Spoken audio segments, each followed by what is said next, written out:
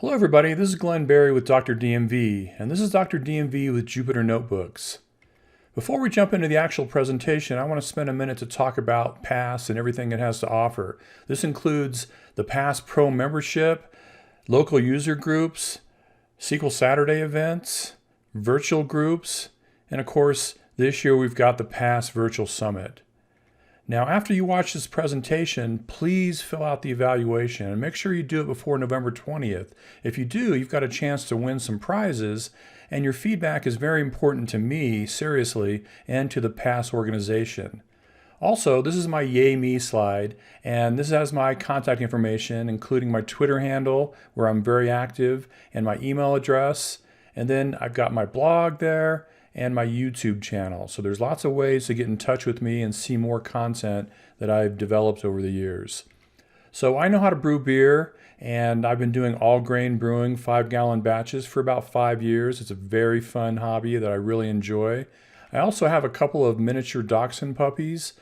The red female, her name is Andui, and the male black and tan's name is Chorizo. He's a little bit older and quite a bit bigger than Andui right now.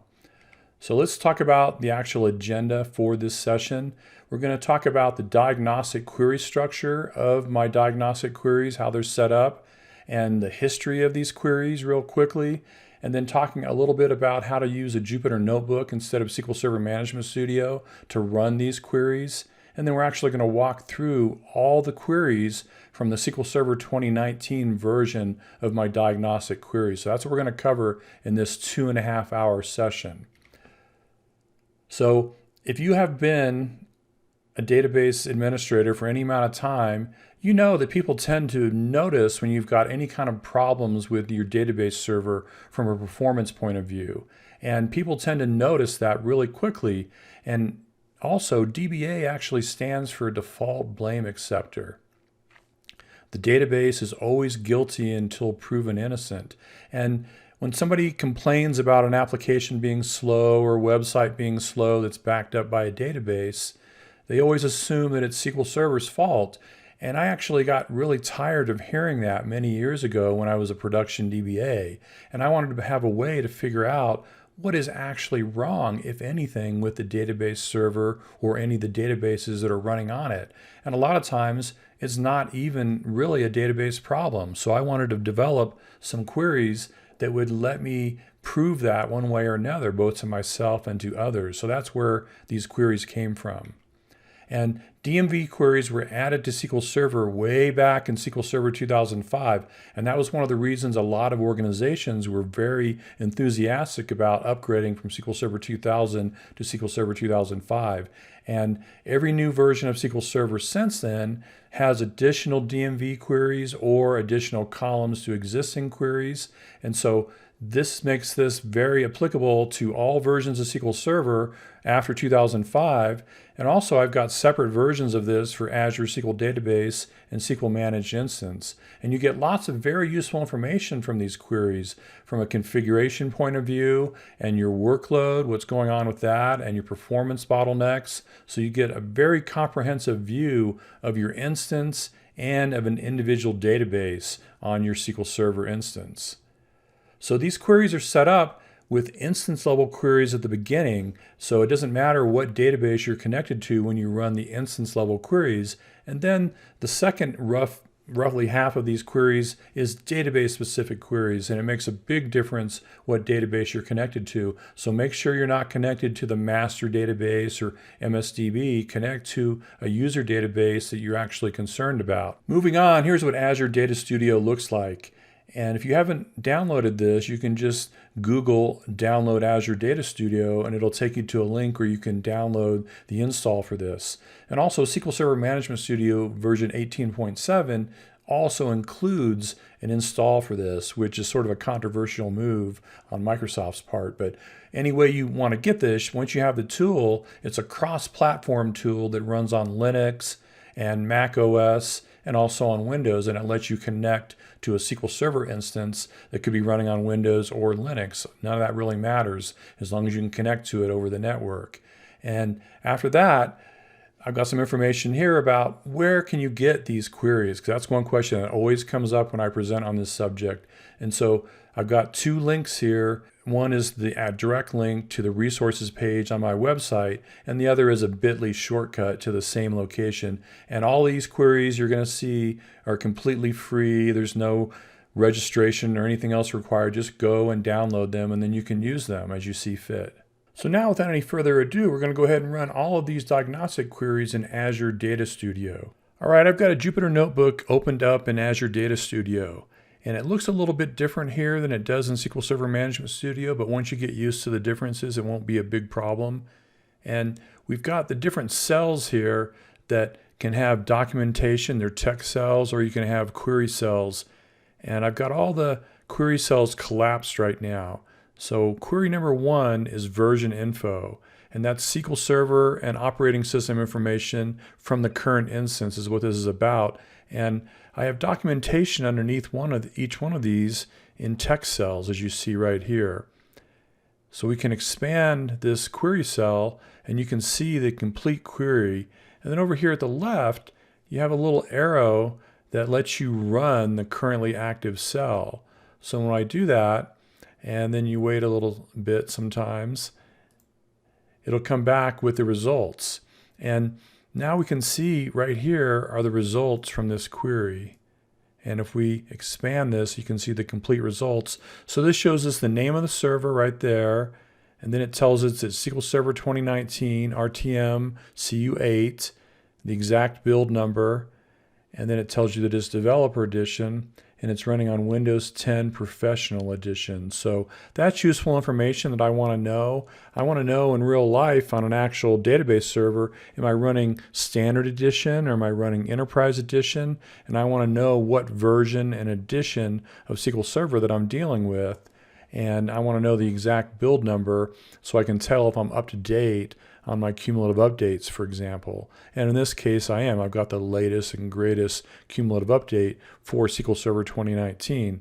And while I'm at it, SQL Server 2019 doesn't have service packs, just like SQL Server 2017 doesn't. All they have are cumulative updates, and that's how Microsoft pushes out bug fixes and feature enhancements to the product. And you want to try to stay up to date as much as you can. Now that doesn't mean throwing the latest CU into production the day that it comes out with no testing, but you don't want to never update to a CU either. You need to find a happy medium that works for your organization and try to stay as current as possible.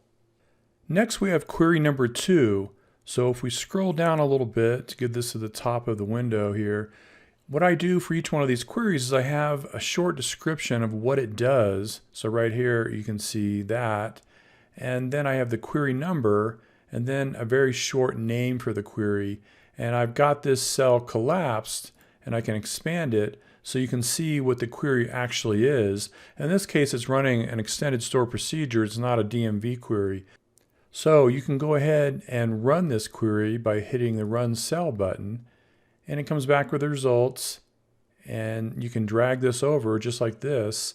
And what this is showing us, this is reading the SQL Server Error Log, and it's telling us how many sockets and how many physical cores per socket and how many total logical processors per socket that it can see, and how many total logical processors for the entire system that SQL Server can see, and how many is it using. And this happens every time SQL Server starts up. It writes this information of the SQL Server Error Log. Now, if you recycle your error log since you last restarted SQL Server, this query will come back empty the way it's written. But why this query is important is that it tells you what's happening with your SQL Server licensing and whether or not SQL Server actually is using all the cores and sockets in your system, whether it's a virtual machine or bare metal. And where this comes into play a lot of times is if you have SQL Server Standard Edition and you install it on a VM or a bare metal machine that has more sockets or more cores than you're allowed to use. So this will let you see that you have a problem. So maybe you've got 64 cores in your system, for example, and you're only allowed to use 24 of them with SQL Server Standard Edition. That will show up right here. So this is a very handy query for that. The next query in the set is query number 3, which is server properties. And if we scroll this up to the top of the window, you can see it right here, and we'll go ahead and expand the code so you can see the entire query. And what's happening here is just calling select server property with different input parameters to pull back a lot of useful information about your SQL Server instance. So we'll go ahead and run that. And it comes back, and you can see that we have a lot of interesting information here. So machine name is freedom9, server name is freedom9, the instance is null, which means I have a default instance. I don't have a failover cluster. Here's my NetBIOS name. I'm running developer edition, and it's CU8. And here's the build number. And as we scroll across, you can see what the collation is for the instance. And we can see that full text search is not installed. And we keep on going over to the right. These three columns right here, instance default data path, instance default log path, are very useful. So now we know where the default data path and the default log path is at the instance level. And that's what, if you just say create database, those files will go there, for example. So that's a lot of useful information that we get from this query. And I'll go ahead and collapse this cell back. The next query in the set is query number 4, configuration values. And this is just going to return the instance level configuration values for the instance that you're currently connected to. So if I come and expand this window, it's just hitting the sys.configurations system table. And I'll go ahead and kick this off. And it comes back with the results. And these are in alphabetical order, the names of these instance level settings. So if we expand this over a little bit, you can see, and depending on what version of SQL Server you're working with, you'll have a different number here. SQL Server 2019 has 85 different configuration values that you can take a look at. And what we want to do here is just focus on certain ones that are most important in my opinion. So ones that I like to look at are backup checksum default. I think that should always be enabled. Backup compression default should be enabled in most cases. I want to know whether or not the CLR is enabled or not. That's required by some databases, but if it's not required, you don't want to have that turned on. I also want to see what the cost threshold for parallelism is. The default value for that is 5, and for a lot of OLTP workloads, that can be too low. So you might want to change that after running some other queries to figure out a good value. Another thing that I like to look at is max server memory and max degree of parallelism. So here's max degree of parallelism, and that's set to 8 right now. And that's something the SQL Server 2019 setup program can set for you automatically if you let it. Otherwise, you can do it yourself. The max server memory is in megabytes, and you want to set that to a low enough value so that the operating system is never under any memory pressure. And then one of the other ones that I always want to take a look at is right here, optimize for ad hoc workloads. And I believe that should be enabled for almost every single instance. There's very few reasons you'd ever not want to have that turned on, in my opinion. So those are some of the more important ones. And if I scroll down a little bit in the documentation, you can see that I've got some documentation that explains what I think these values should be in most cases. So I think that's a useful query, and almost every time I run this on somebody's system, I find some things that probably are not set correctly for that system. So this is a place to find things that need to be fixed. The next query in this set is query number 5, which is global trace flags. And this just gives you a list of all the global trace flags that are enabled right now. So when I run this query, it's just dbcc trace status -1. It shows me that I've got trace flag 3226 enabled and also 7745.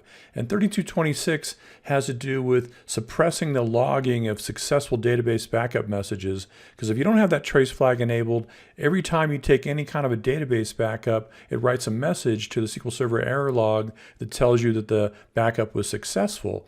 And most of the time they are successful, right? So if you have many databases and you're taking frequent transaction log backups, you can have a huge amount of entries in your error log telling you every single time that a database backup was successful. And if you turn on this trace flag, it stops logging all the successful database backups. It still will log the ones that fail, and you can still query MSDB and find out about any ones that failed. So this really makes your SQL Server error log smaller. And then the other one I have turned on is 7745. And that just keeps query stored data from being written to disk if you try to shut down SQL Server or fail over. And that can help you avoid problems if you've got a big workload with lots of ad hoc queries and there's a lot of stuff going on with query store. So it's a good idea to turn that on. And SQL Server 2019 just doesn't need as many trace flags as older versions of SQL Server did. So that's some progress that Microsoft's been making with newer versions of SQL Server. The next query in this set is SQL Server Process Address Space, and that's query number 6, Process Memory. And this tells you how much memory SQL Server is actually using, the SQL Server process. So we'll kick that off and we'll see when it comes back. So that comes back and shows us that SQL Server is actually only using about 1,485 megabytes of memory. And you can also see that lock pages allocation is 0, and that means lock pages in memory is not enabled, and that's on purpose on my workstation. If this was a regular server, I would want to have that enabled in most cases. Now, rather than taking Task Manager's word for it, we can see how much memory SQL Server is actually using and whether or not lock pages in memory is enabled or not. The next query in the set is query number 7, which is SQL Server Services Info, and this just tells you some useful information about your SQL Server service accounts. So when I run this query, it comes back and we can see that I've got the SQL Server Database Engine on the top row and the SQL Server Agent Service on the bottom row. And they're both set up to automatically start up. They're both running. And one thing that's really important that you get back from this query is the last startup time for the database engine. And that's really important to know when you're interpreting the results of some of the other queries in this set. And then I can see my service account, and these are the built-in service accounts, which are not really best practice for a real server. And you can tell that it's not a failover cluster instance. And you can also tell that instant file initialization is enabled for the instance, which I think is a good idea for most instances. And you can enable that when you install SQL Server on SQL Server 2016 and newer, or you can use local group policy editor to enable it later on. This is a useful query that tells you some good information. The next query in this set is query number 8, last backup by database. And this just shows you the last backup for full backups, differential backups, and log backups for every single database on your instance, including the system databases. So when we kick this off, it'll come back and it shows us all the databases right here and the recovery model for each database and the log reuse weight description for each database. And that's important to keep track of in real life, because if you've got a problem that's keeping the log from clearing, it'll show up in log reuse weight description, and you need to investigate that if something is happening there so you don't have a runaway transaction log. And then you can see the last full backup when it finished for that database, and then the last differential backup and when that finished, and then the last log backup and when that finished. So it's nice to be able to see this for all the databases on your instance just from running one query.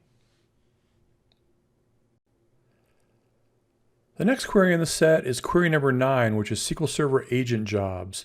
And this query just tells you a little bit of information about every SQL Server agent job that you have, and that's nice to know if you've got many agent jobs. So when I go ahead and start this query, it'll come back in a couple seconds, and you can see that I've got the Ola Hallengren maintenance solution jobs in here, and it shows you the job name right there, and then the job description, and then the job owner, which you want to be SA in most cases rather than somebody's individual login, and you can see when the job was created.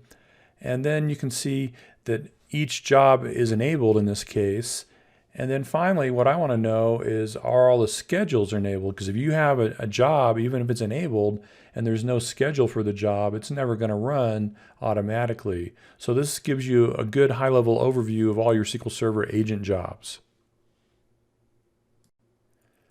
Our next query is query number 10, which is SQL Server Agent Alerts. And this just gives you some high-level information about all your SQL Server agent alerts.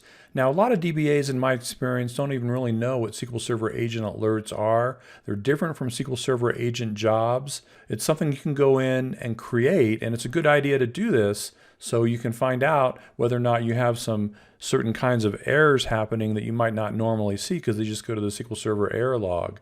So when I run this query, it'll come back and show me all the SQL Server agent alerts that I have created on this instance. And I have a script that you can download that will create all these alerts for you, and it picks up the name of the server and puts it in the name of the alert. So you can see the name of each one of the alerts there, and then you can see over here that the delay between responses is set up to 900 seconds, which is 15 minutes. And the idea here is most of these have to do with pretty severe software or hardware errors. And if you see any of these occurring, you want to do some more investigation to see what might be going on. And normally these just go into the SQL Server Error Log, and you might not notice them for a while. But having the alert in place, you can tie the alert to a notification. So if the alert fires, you can have it notify a SQL operator with an email, and that might be tied to a distribution list so that multiple people in your organization know that, hey, this Freedom 9 server has a pretty severe problem that we should investigate now rather than later. The next query in this set is query number 11, which is host info. It used to be that this was Windows information only for this query, but they added a new DMV in SQL Server 2017 because SQL Server 2017 and newer will run on Linux or it will run on Windows. So you need to find out what platform are you actually running on. So when I run this query, it'll come back and tell me that in this case I'm running on Windows, and I'm running on Windows 10 Professional Edition, and my language version is 1033, which is English. Now I know some information about what I'm running on instead of having a guess, and that's useful to know. The next query in the set is query number 12, which is SQL Server NUMA info. And this is going to tell us information about how many schedulers are on each NUMA node. And when I run this query, it'll come back on my system, and it shows two rows. So I've got an AMD Ryzen 9 3950X processor in my workstation, and that shows up as two NUMA nodes here. But you can see that I've got 16 schedulers online on both NUMA nodes. What you want to look at on a real server is whether or not the number of schedulers is equal. Because if you install SQL Server Standard Edition on a machine that has more than 4 sockets or more than 24 cores, you can potentially have a situation where you have an unequal number of schedulers on each NUMA node, and that's something you can fix with an alter server configuration command, but this will help you figure out if you actually have that problem or not. The next query in this set is query number 13, which is system memory, and this just tells you how much memory your operating system has and whether or not you're under external memory pressure or not. And this reads from a Sysdmdb sysmemory. So when I run this query, it's going to come back and show me that I've got 64 gigs of memory in my machine, and I've got about 54 gigs almost of memory is available. And then it tells me some information about the page file, which I don't really care about that much, to be honest, with SQL Server. But what I do care about is the system memory state, and you want it to say available physical memory is high. That means that you're not under external memory pressure. The operating system is happy about how much memory it has available. But what it might say is physical memory usage is steady, or available physical memory is low, or available physical memory is running low, or physical memory is transitioning. And you don't want to see any of those. You want it to be available physical memory is high, and that means your operating system has plenty of memory. The next three queries in this set are ones that you can skip if you know you don't have a traditional failover cluster instance, or you don't have any availability group clusters or availability groups on this instance.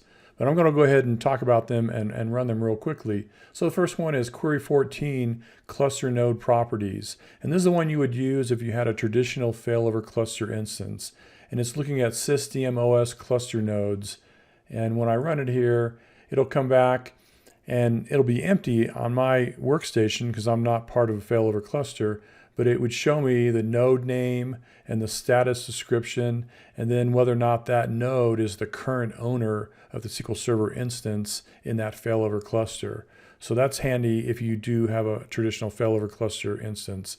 The next one is query 15, which is AG cluster. So you have an availability group cluster. It'll tell you some information about that as far as the name of the cluster and what kind of quorum you have set up, and then the quorum state description. And then finally, if I go down here, if I did have an availability group or multiple availability groups on this SQL Server instance, this would hit several different DMVs to tell me some high-level information about each one of the availability groups. So this is very useful if you do have an availability group, but I don't on my workstation. The next query in this set is query number 17, which is hardware info. And this is one of my favorite queries since I like hardware so much. So we'll go ahead and run this query, and then we'll talk about what information comes back from it. When this comes back on my machine, it tells me that I've got 32 logical CPUs with 32 schedulers. So normally the logical CPU count and the scheduler count should match. Then I have 16 physical cores with one socket and 16 cores per socket. And then because of this AMD CPU that I'm using, it shows up as 2 NUMA nodes. Then it shows me I have 64 gigs of RAM. And then the max worker count is 960. And it's using automatic processor affinity right here. And then SQL Server started on October 26th at 7:12 a.m. And knowing that is very important so you can interpret some of the other queries in this set. It's only been up for 29 hours since then. And then it shows a virtual machine type of none. And what that means is that there's no hypervisor present on this workstation that I'm running. I don't have Hyper-V or anything else like that installed. Soft NUMA configuration is turned on.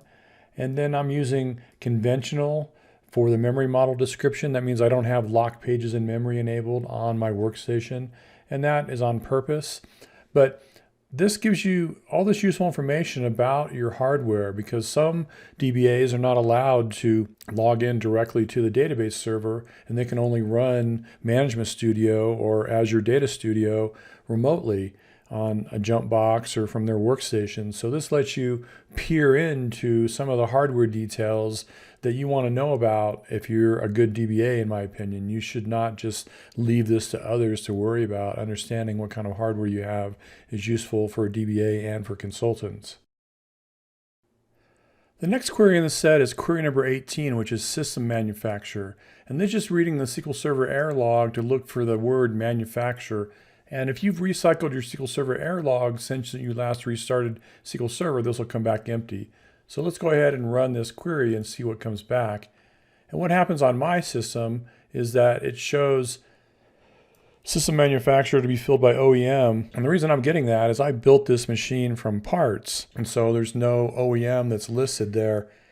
But if you run this on a real server from Dell or HPE or Lenovo, whatever the case may be, it'll show you the manufacturer and the model number of the server. And if it's running as a VM inside of a hypervisor, it'll show you the hypervisor vendor. So it might be Microsoft or VMware or whatever the case may be. So this is how you confirm for sure whether or not you're running inside of a VM or not, because the previous query had a column that talked about a virtual machine, and that is not going to show you 100% for sure whether you're running in a VM or not, but this query does. Our next query is query number 19, which is Biostate. And this just gets the Biostate for the main system BIOS from the Windows registry. And this only works with Windows, not with Linux. So when I run this query, it's going to tell me that the BIOS release date is August 27th, 2020. And this is only useful on physical bare metal hardware. It's not useful very much for a VM inside of a hypervisor. But this helps you figure out whether or not your BIOS is up to date, and also gives you some indirect information about how old your hardware might be. Because if you see a really old date here, that means it's an older server that hasn't been updated. And if you see a fairly new date, that either means that you have newer hardware that's up to date, or it could be older hardware that still is releasing BIOSes that are not that old in terms of time. And it's actually important, in my opinion, for the DBA to have an idea about this, because many security issues, especially with Intel processors, are fixed with firmware updates that are issued as BIOS updates. And you also sometimes get other important things that are fixed.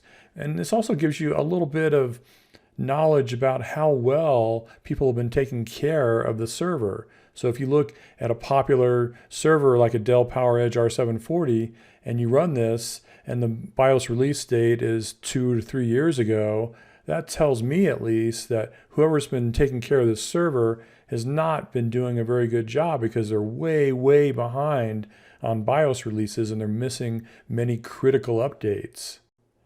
The next query in the set is query number 20, which is processor description. This is another one of my favorite queries from this set. And when I run this query, it comes back and tells me, it reads the Windows registry, so it's not going to work on Linux, by the way, but it tells me exactly what kind of processor I have in my machine. So you can see that I got an AMD Ryzen 9 3950X processor in my workstation, and it does the same thing on a regular server. So it's going to tell you an Intel Xeon or an AMD EPYC, whatever your server processor is. And once you know the model number of your server processor, you can Google that model number and you should be able to either find the Intel Arc database or the AMD product listings that tell you all the specifications for that processor along with how old it is. So then you can use that to decide whether or not you've got a slow processor or not. And that's something I really want to know as a SQL Server DBA. The next query in this set is query number 21, which is memory dump info. And this gives you some information about the location, time, and size of any memory dumps that you might have gotten from SQL Server. And this is reading Sysdm server memory dumps. So when I run this query, it comes back empty on my machine, that's what you want to see. You don't want any results coming back from this, because if SQL Server is having some pretty severe problems that are usually just short of crashing completely, it'll generate a memory dump. And if that's happening on a regular basis, something is wrong with your SQL Server instance, and it may just be a bug in SQL Server. And if you open a support case with Microsoft and send them these memory dumps, quite often they'll find there's a problem and issue a hotfix that becomes part of a cumulative update later. And you don't want to find anything in here. And the way to try to avoid this, if you are seeing memory dumps, is to make sure you're on the latest and greatest cumulative update for your version of SQL Server. And if you're still getting them, you'd want to open a support case with Microsoft and let them look into the problem.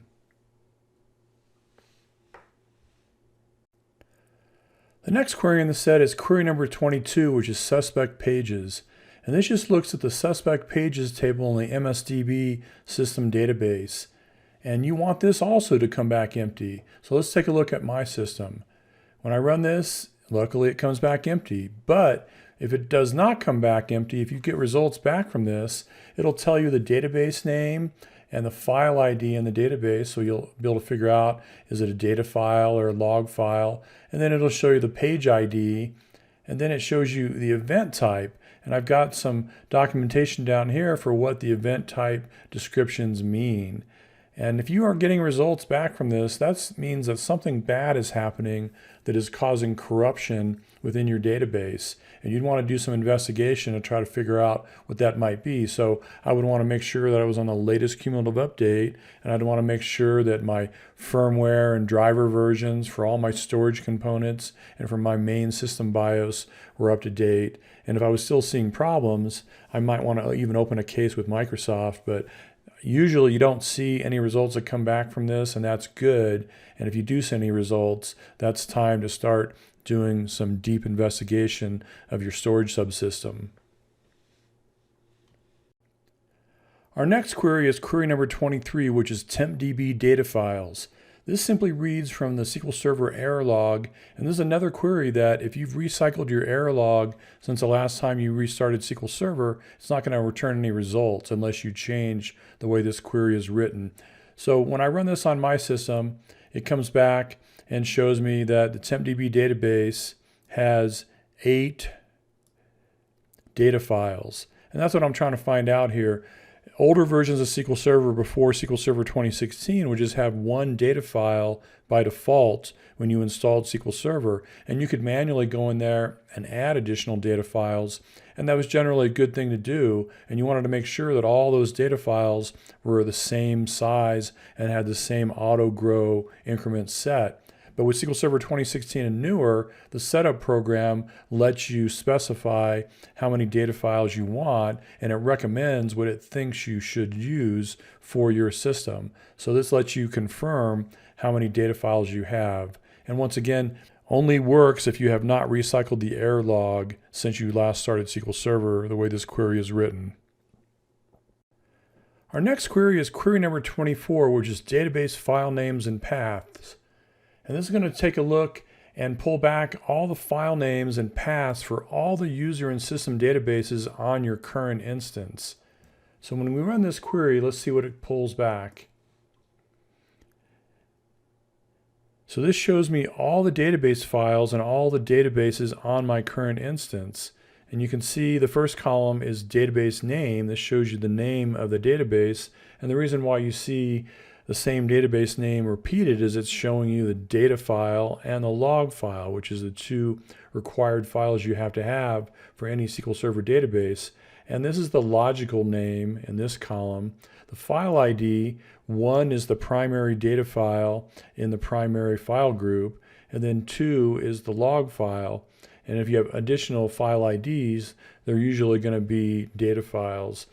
And then if you take a look at the physical name, this shows you the complete path and file name to that database in your file system. So this helps you understand where are your database files located. Do you have all your data files on one drive and your log files on another drive, for example? That's important with some sorts of storage systems and not quite as important with other types of storage subsystems. Then the next column over is type description, and rows means a data file and log means a log file. And if we scroll over to the right here, state description for the database, these are all online. Another one that's important is this is percent growth column, and you don't want to use percent growth for SQL Server databases because usually that's set at something like 1% or else 10%. And if the data file or the log file is very small, 10% or 1% growth, whatever it might be set to, is a very small increment. But as that file gets bigger and bigger, that same percentage is a bigger increment of growth. And that can cause issues, especially for your transaction log. So it's much better to go in and change the auto grow from percent-based growth, like you see for some of these files here, to a fixed size in megabytes, which might be, say, 500 megabytes or 1,000 megabytes, depending on how large your database is going to be and how often it grows. And then another thing you get back from this is the total size in megabytes of that file. And as we scroll down, you can see the various different sizes for some of these databases. And finally, what I want to point out here is this helps you also get the number of TempDB data files.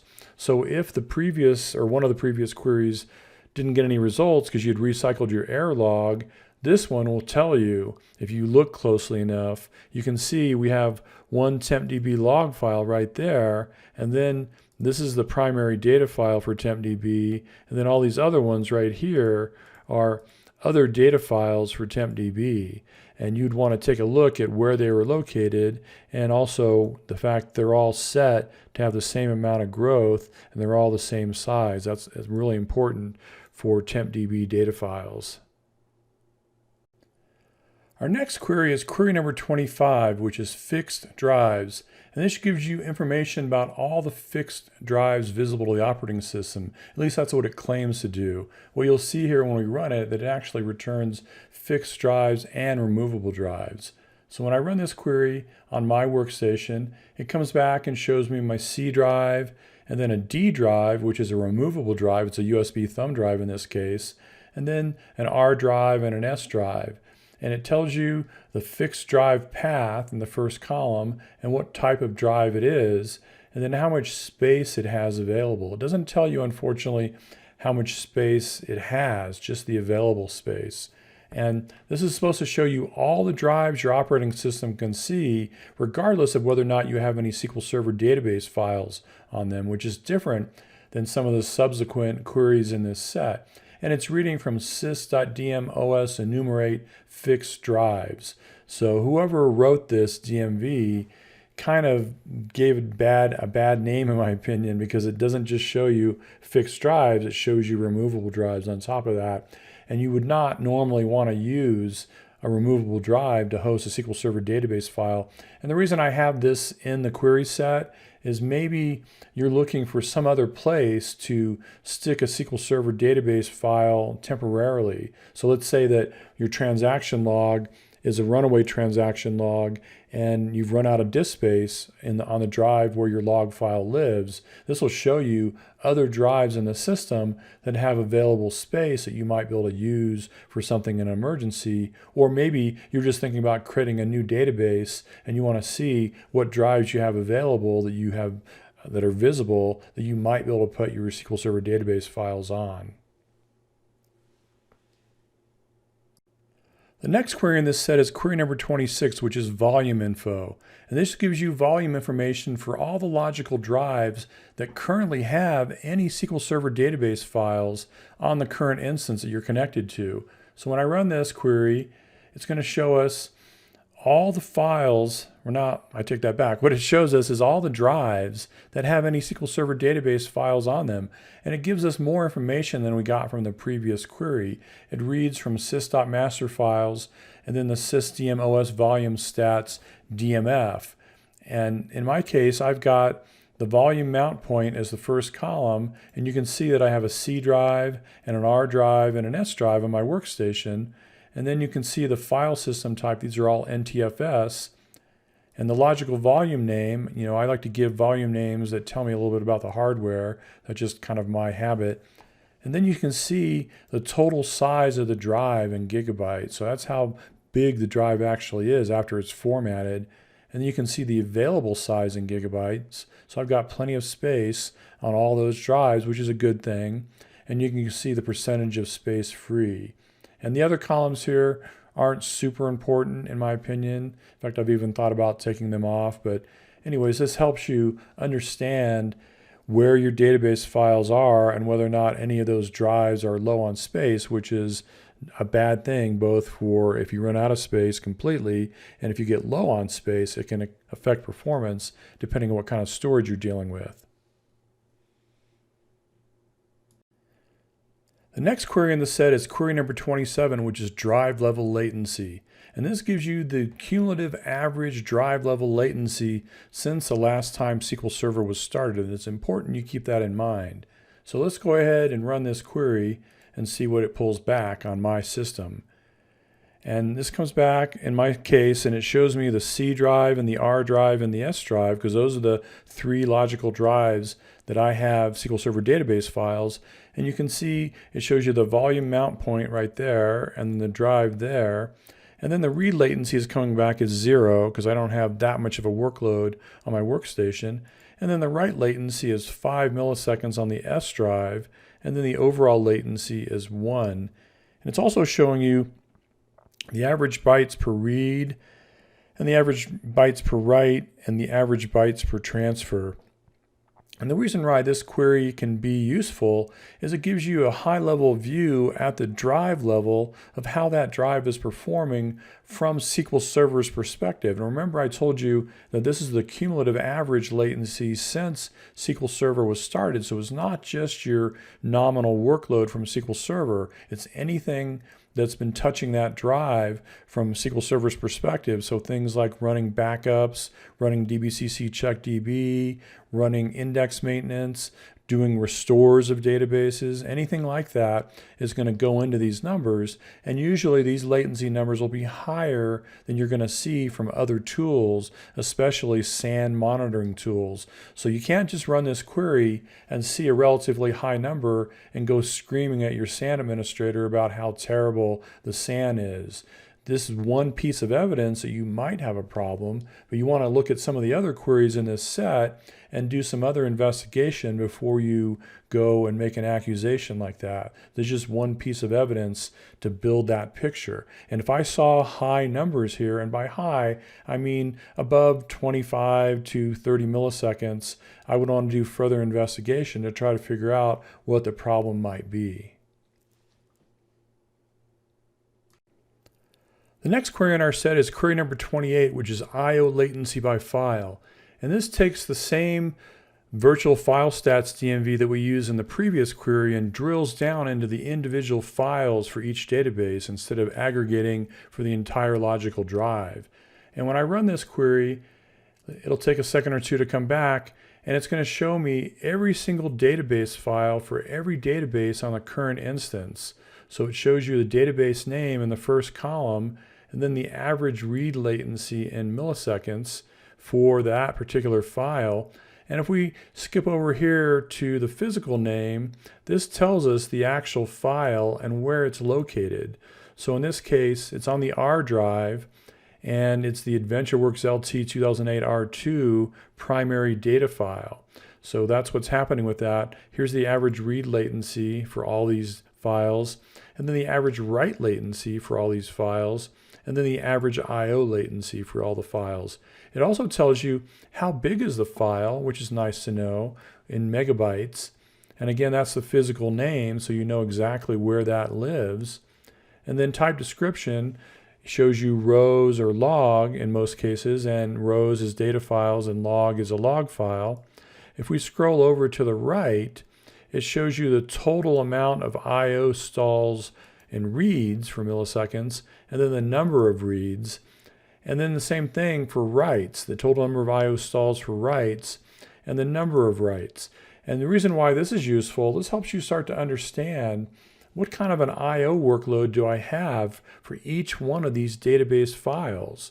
So you can look at that and try to understand and start to figure out, this is more of a reporting workload that's read heavy, or more of an OLTP workload that's more write heavy. And you're going to see different things for data files versus log files. And if you've got any kind of HA solution in place that's touching your storage subsystem, such as transactional replication or database mirroring or availability groups, that's also going to contribute to these numbers. So instead of just guessing about this, you actually have some numbers. And this is cumulative since SQL Server has been running. And then going back to the columns here, you can see the total number of I/O stalls for that file and the total number of I/O since SQL Server has been running. And then these last two columns have to do with resource governor. So you can use resource governor to limit the amount of I/O that you get for something, and this shows you whether or not resource governor has been doing that. I don't have resource governor throttling I/O on my workstation, but if I did, it would show up there.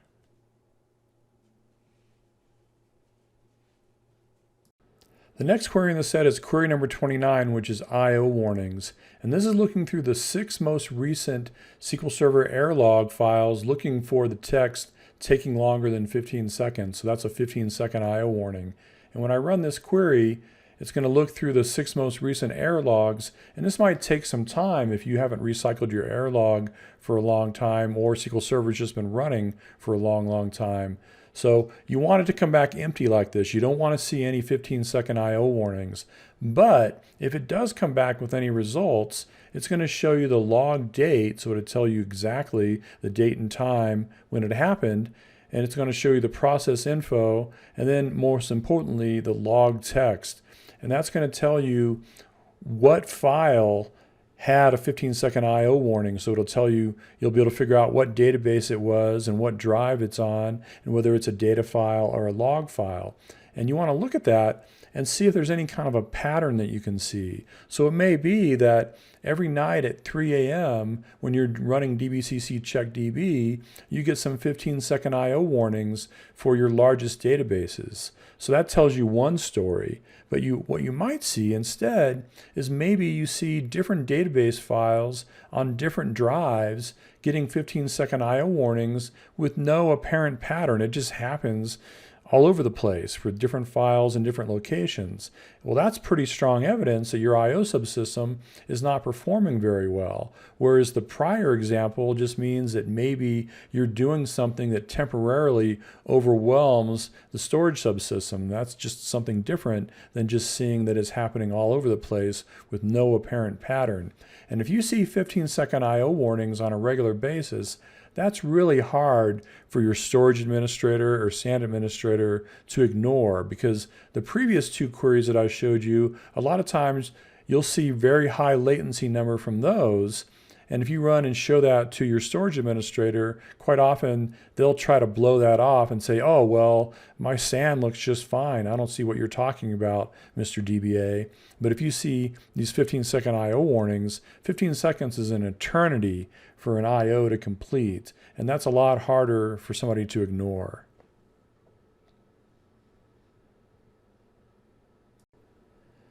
Query number 30 is RG resource pool. So this is resource governor resource pool information. And this is reading from Sysdm resource governor resource pools. And what I've found over the course of my recent career is very few people out in the wild are using resource governors. So it's fairly rare to see anything interesting come back from this, unfortunately. But when we run the query, it'll come back and show me the internal pool and the default pool that you get when you just install SQL Server without actually creating any resource governor resource pools yourself. And if anybody had done that, you could see the name of the resource pool right here. And you could also see how they had set the memory settings and then the CPU settings and the IOPS settings. So this is something that can be useful if somebody's using resource governor. So that's why I added this to the set. The next query in the set is query 31, which is database properties. And this is a very important and useful query, so we need to pay close attention to this one. So this is going to pull back a lot of information about all the databases on your instance, and it's reading from sys.databases and also sysdmos performance counters and sysdm database encryption keys. So let's go ahead and run it. And when it comes back, we'll see some useful information about all the databases. So let's scroll down and take a look at what we get back here. The first column is database name. So that's going to be the name of all the user databases and system databases on your instance. And then the next column is the database owner. And normally you want the database owner to be SA as opposed to an individual login. And these two are here on purpose. And then recovery model is showing you the current recovery model for the database. So it could be full or simple or bulk logged. And then state description is hopefully going to be online. And then containment description if it's a contained database. And that's another SQL Server feature that's not used that often in my experience. But then we see log reuse weight description. And this is telling you what is preventing the SQL Server log file for that database from clearing. So this will help you figure out if you've got a runaway transaction log, something's preventing it from clearing. And if that's happening, that's going to make your log file grow and then fill up and grow until you run out of log space or run out of disk space on the drive where that log file lives. And then the next column is the log size in megabytes and what percentage of that or how much megabytes of that has actually been used, and then the log space percentage has been used. So again, this helps you figure out if you got that runaway transaction log file and do some further investigation. The next column is database compatibility level.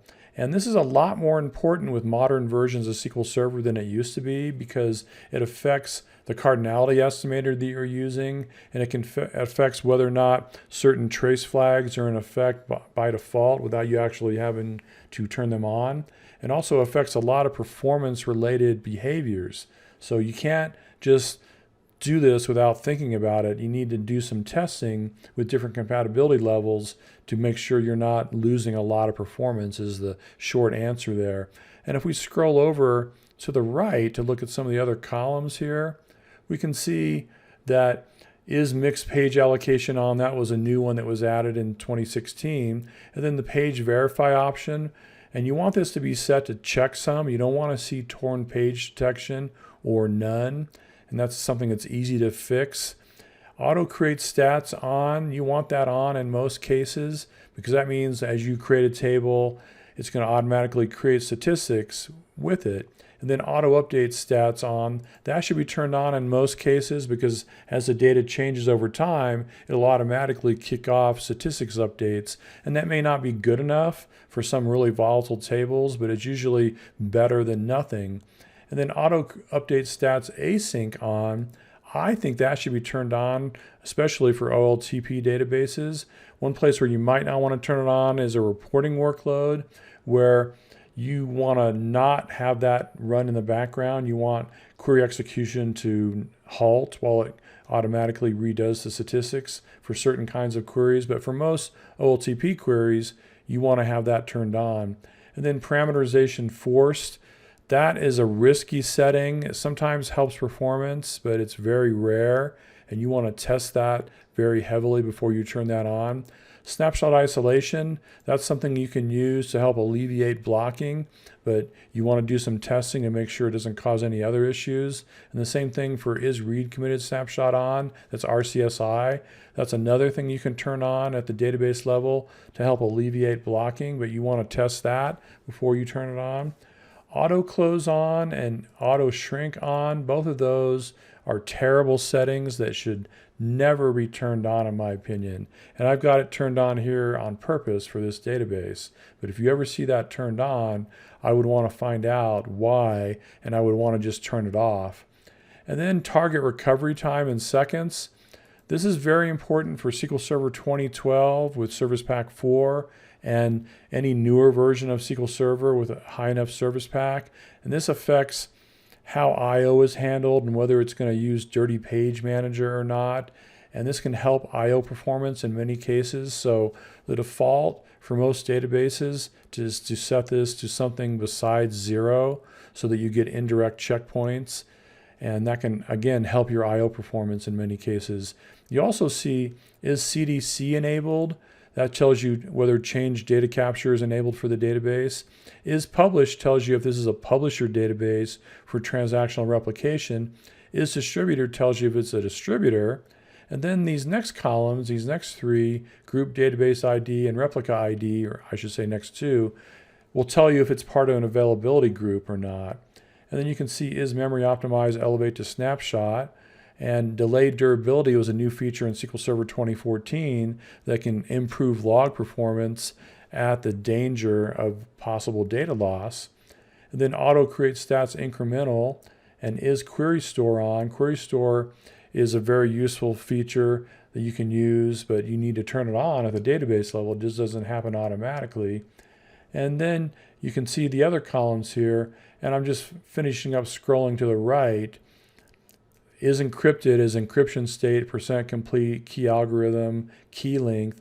Those are all ones that tell you whether or not you have transparent database encryption and how far it's along in encrypting it if it's in the middle of doing that. So you can see there's a lot of properties here for your databases, and every time I run this on somebody's system, I find things that should be changed or fixed.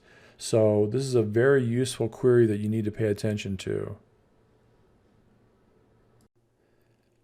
The next query in the set is query number 32, which is missing indexes for all databases on the instance.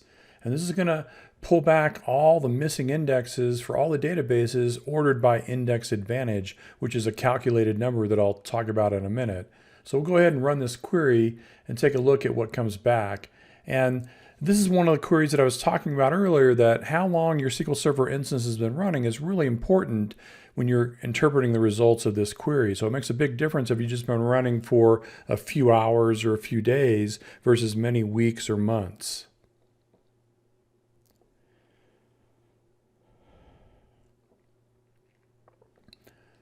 So the first column that comes back is index advantage. And that's that calculated number that I was talking about.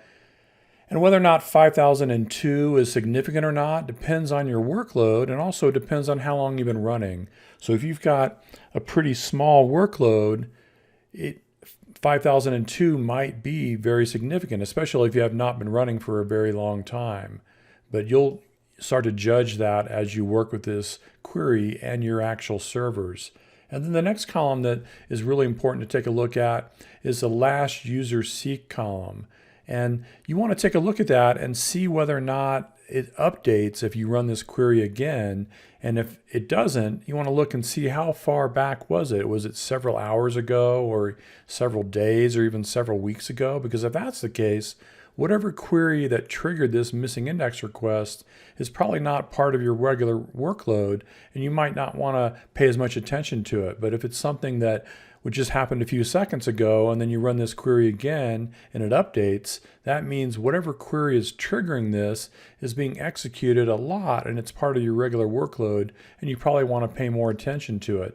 The next column in the query is database schema table, and it shows you the database that this is coming back from, and then the schema, and then the table where this is happening. And this is, again, the table in the specific database that SQL Server thinks that it would like a new index on. So if we scroll over to the right here, it tells you how many missing indexes are showing up for this table total.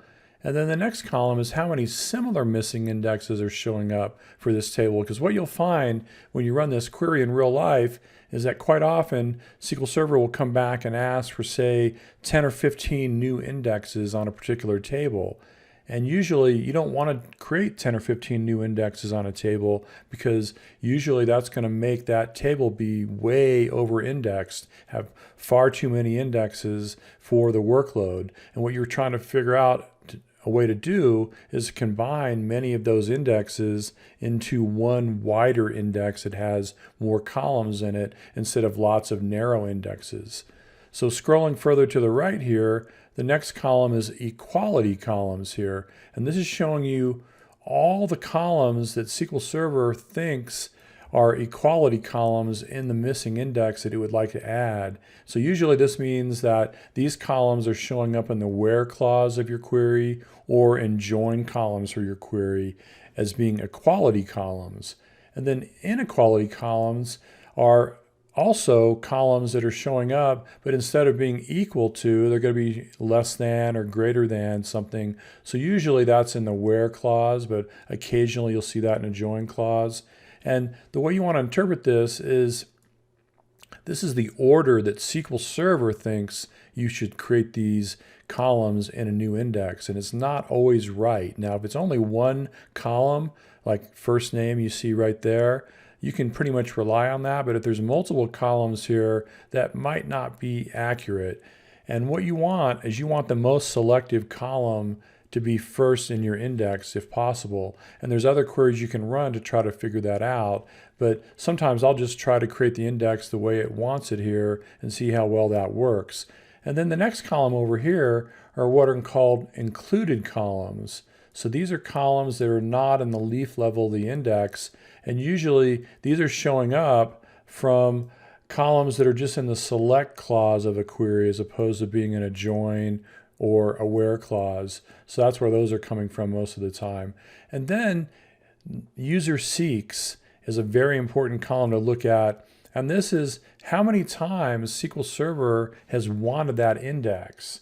And if it's a really high number, that's another factor to weigh into whether or not you might want to create this index or not. And then average user cost is showing you the cost of not having this query. So if it's a large table you're doing a clustered index scan on or a table scan on, the user cost, the average user cost is going to generally be higher. And you can see a difference here between 18.24 and 0.50. That just means that this is probably a larger table and it's more expensive for SQL Server to not have that index. Average user impact is the percentage that the query optimizer thinks that the cost of the query would be reduced by if it had this index. So obviously, higher percentages are more important. And then finally, with SQL Server 2019, you actually get the short query text back from the query. And so this helps you identify the stored procedure name or the actual first part of the query text from the query that triggered this. And that's incredibly useful. So now you know, in this case, what stored procedure is triggering this request. And that can help you make a better judgment whether or not you want to create this index or not. So make sure you don't go in and just create every single index that SQL Server is asking for here, because you're going to have way too many indexes, and that's going to make your database larger, and it's going to make insert, update, delete performance slower. You want to use your judgment and look at the existing indexes that are already on the table and how volatile the table is before you decide to create lots of indexes. So if you use this query in the right manner, it can be extremely valuable, and you can find things that can have a huge effect on performance. But if you misuse it, you can actually make your situation worse. So make sure you think about what you're doing before you create lots of indexes because of this query. The next query in the set is query number 33, which is VLF counts. VLF stands for virtual log file. This is going to get the VLF counts for all the databases on the instance. And it's reading from sys.databases and then Sysdmdb Log Info. And that's a DMF that you have to pass the database ID into. So when we run this, it's going to come back and tell us how many VLFs are in each database on the instance, including the system databases. And the reason you care about this is that every time your transaction log grows, it adds a certain number of VLFs to that transaction log file. And these virtual log files can have an effect on performance. It can hurt write performance to the log file as that log file gets larger and larger with more VLFs. But more importantly, it affects the recovery portion of a database restore, and it affects crash recovery. So if you were doing something like restarting SQL Server, all the databases on the instance have to go through crash recovery. And if you have very high VLF counts, crash recovery takes longer. It also affects you if you have a traditional failover cluster instance and you're moving the cluster resources to another node and then restarting SQL Server on that new node, and it's going to take longer for your failover to complete. And then finally, if you're restoring a database from a full database backup, if you have a high VLF count, that's going to make that restore take longer because it's going to go through and do the restore portion of it, and then it goes through the recovery portion at the end, and that's what takes longer if you have a high VLF count.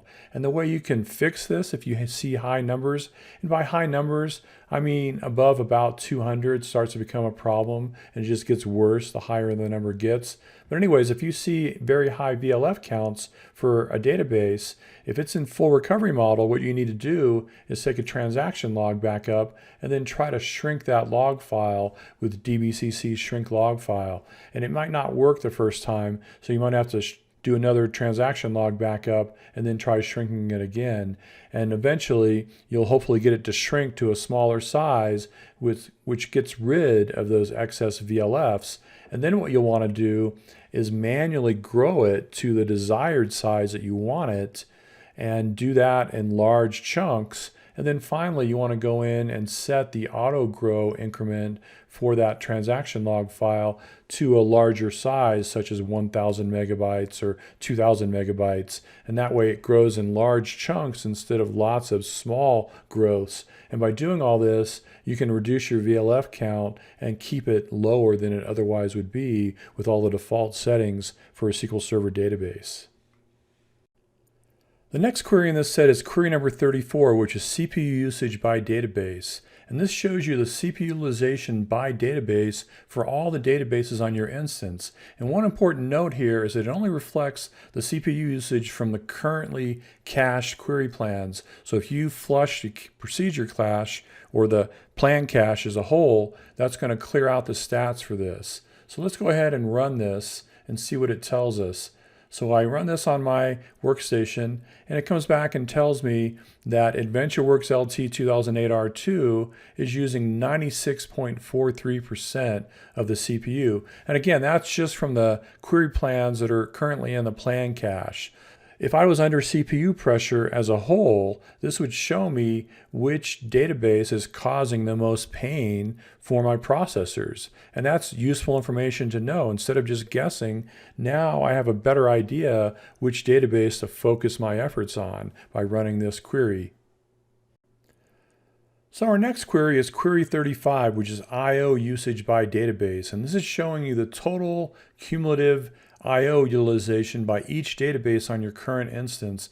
And this is using the Sysdmdb Virtual File Stats DMF that we've talked about before. So this is picking up not just your regular SQL Server I/O workload, but also other things like running database backups and running DBCC CheckDB. Anything that's touching those database files goes into these statistics. So this tends to make the larger databases, even if they're not really that active with your normal workload, show up more towards the top of the list here. So let's go ahead and run this query and see what it tells us. And the reason we care about this query, by the way, is that if you're seeing any sort of I/O bottlenecks, this helps you understand which database is causing most of the I/O pain, except that it's going to be skewed a little bit towards your larger databases. So in this case, we see the database no compression test, and you can see the total I/O in megabytes that you've seen against that database. And you can see that it's 97% of all the I/O for all the SQL Server databases. And then you can see it breaking down by read I/O and write I/O. So this is very, very read heavy for this particular database. And that's mainly because it's taking full database backups periodically, which is a very read heavy operation. And that's a large database compared to the other ones on the instance. But this can be useful in understanding your I/O workload and which database is causing the most I/O utilization on your instance. The next query in the set is query 36, which is total buffer usage by database. And this just shows you which databases on your instance are using the most memory in the SQL Server buffer pool. And if I go ahead and kick this off, it'll come back in a few seconds and show me that on my workstation. And I want to warn you that this can take a while to come back, sometimes a minute or more, on a large server with lots of memory and many databases.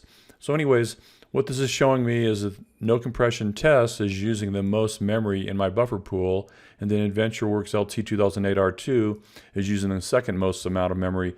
And the reason you would want to pay attention to this query is if you're under memory pressure, if your page life expectancy is low, for example, you would want to run this query, and then you would understand which database is using the most memory, and that's very useful information to have. The next query in the set is query number 37, which is version store space usage. And this is showing you which databases are using the most version store space in TempDB. And this typically happens if you're doing something like using snapshot isolation or read committed snapshot isolation, which uses the version store in TempDB instead of using traditional locking for concurrency purposes. Running this query will give you that information. We'll go ahead and kick it off. And in my case, none of my databases are using RCSI or snapshot isolation, so I don't really have an issue here. But if you've got a large active database that's using RCSI in particular, you want to pay attention to what this query tells you. The next query in this set is query 38, which is top weights. And this shows you the cumulative weight statistics since SQL Server was last restarted, or since the weight statistics were cleared with DBCC SQL Perf and clearing the weight stats like you see at the top of this query. And this is a pretty large query, and the reason why it's so large is I have many particular weight types that I filter out because they are what I consider to be benign weight, so you don't need to really worry about. And this is not super useful, this query, if your instance is very idle and just not under any kind of stress. But if your instance is busy and you're having performance problems, this can be a very useful query because it helps you understand what SQL Server is spending most of its time waiting on. And you need to be careful with this query because just because you run it and whatever the top weight statistic is, don't immediately overreact and just start changing settings and doing other things just because of that. You need to do more analysis to understand whether that's a good idea or not. But this helps point you in one direction or not to do further research. So we'll go ahead and kick this off, and I'll scroll down to see the results. And what we see here is OLADB is my top weight type. And the reason for that is I'm running Azure Data Studio, running a bunch of queries, and it's sending lots and lots of data to Azure Data Studio, which is a client application. And you'll see this same thing in real life. A lot of times you'll see poorly written applications that pull back way too much data from SQL Server, and you'll see OLADB weight types as your top weight.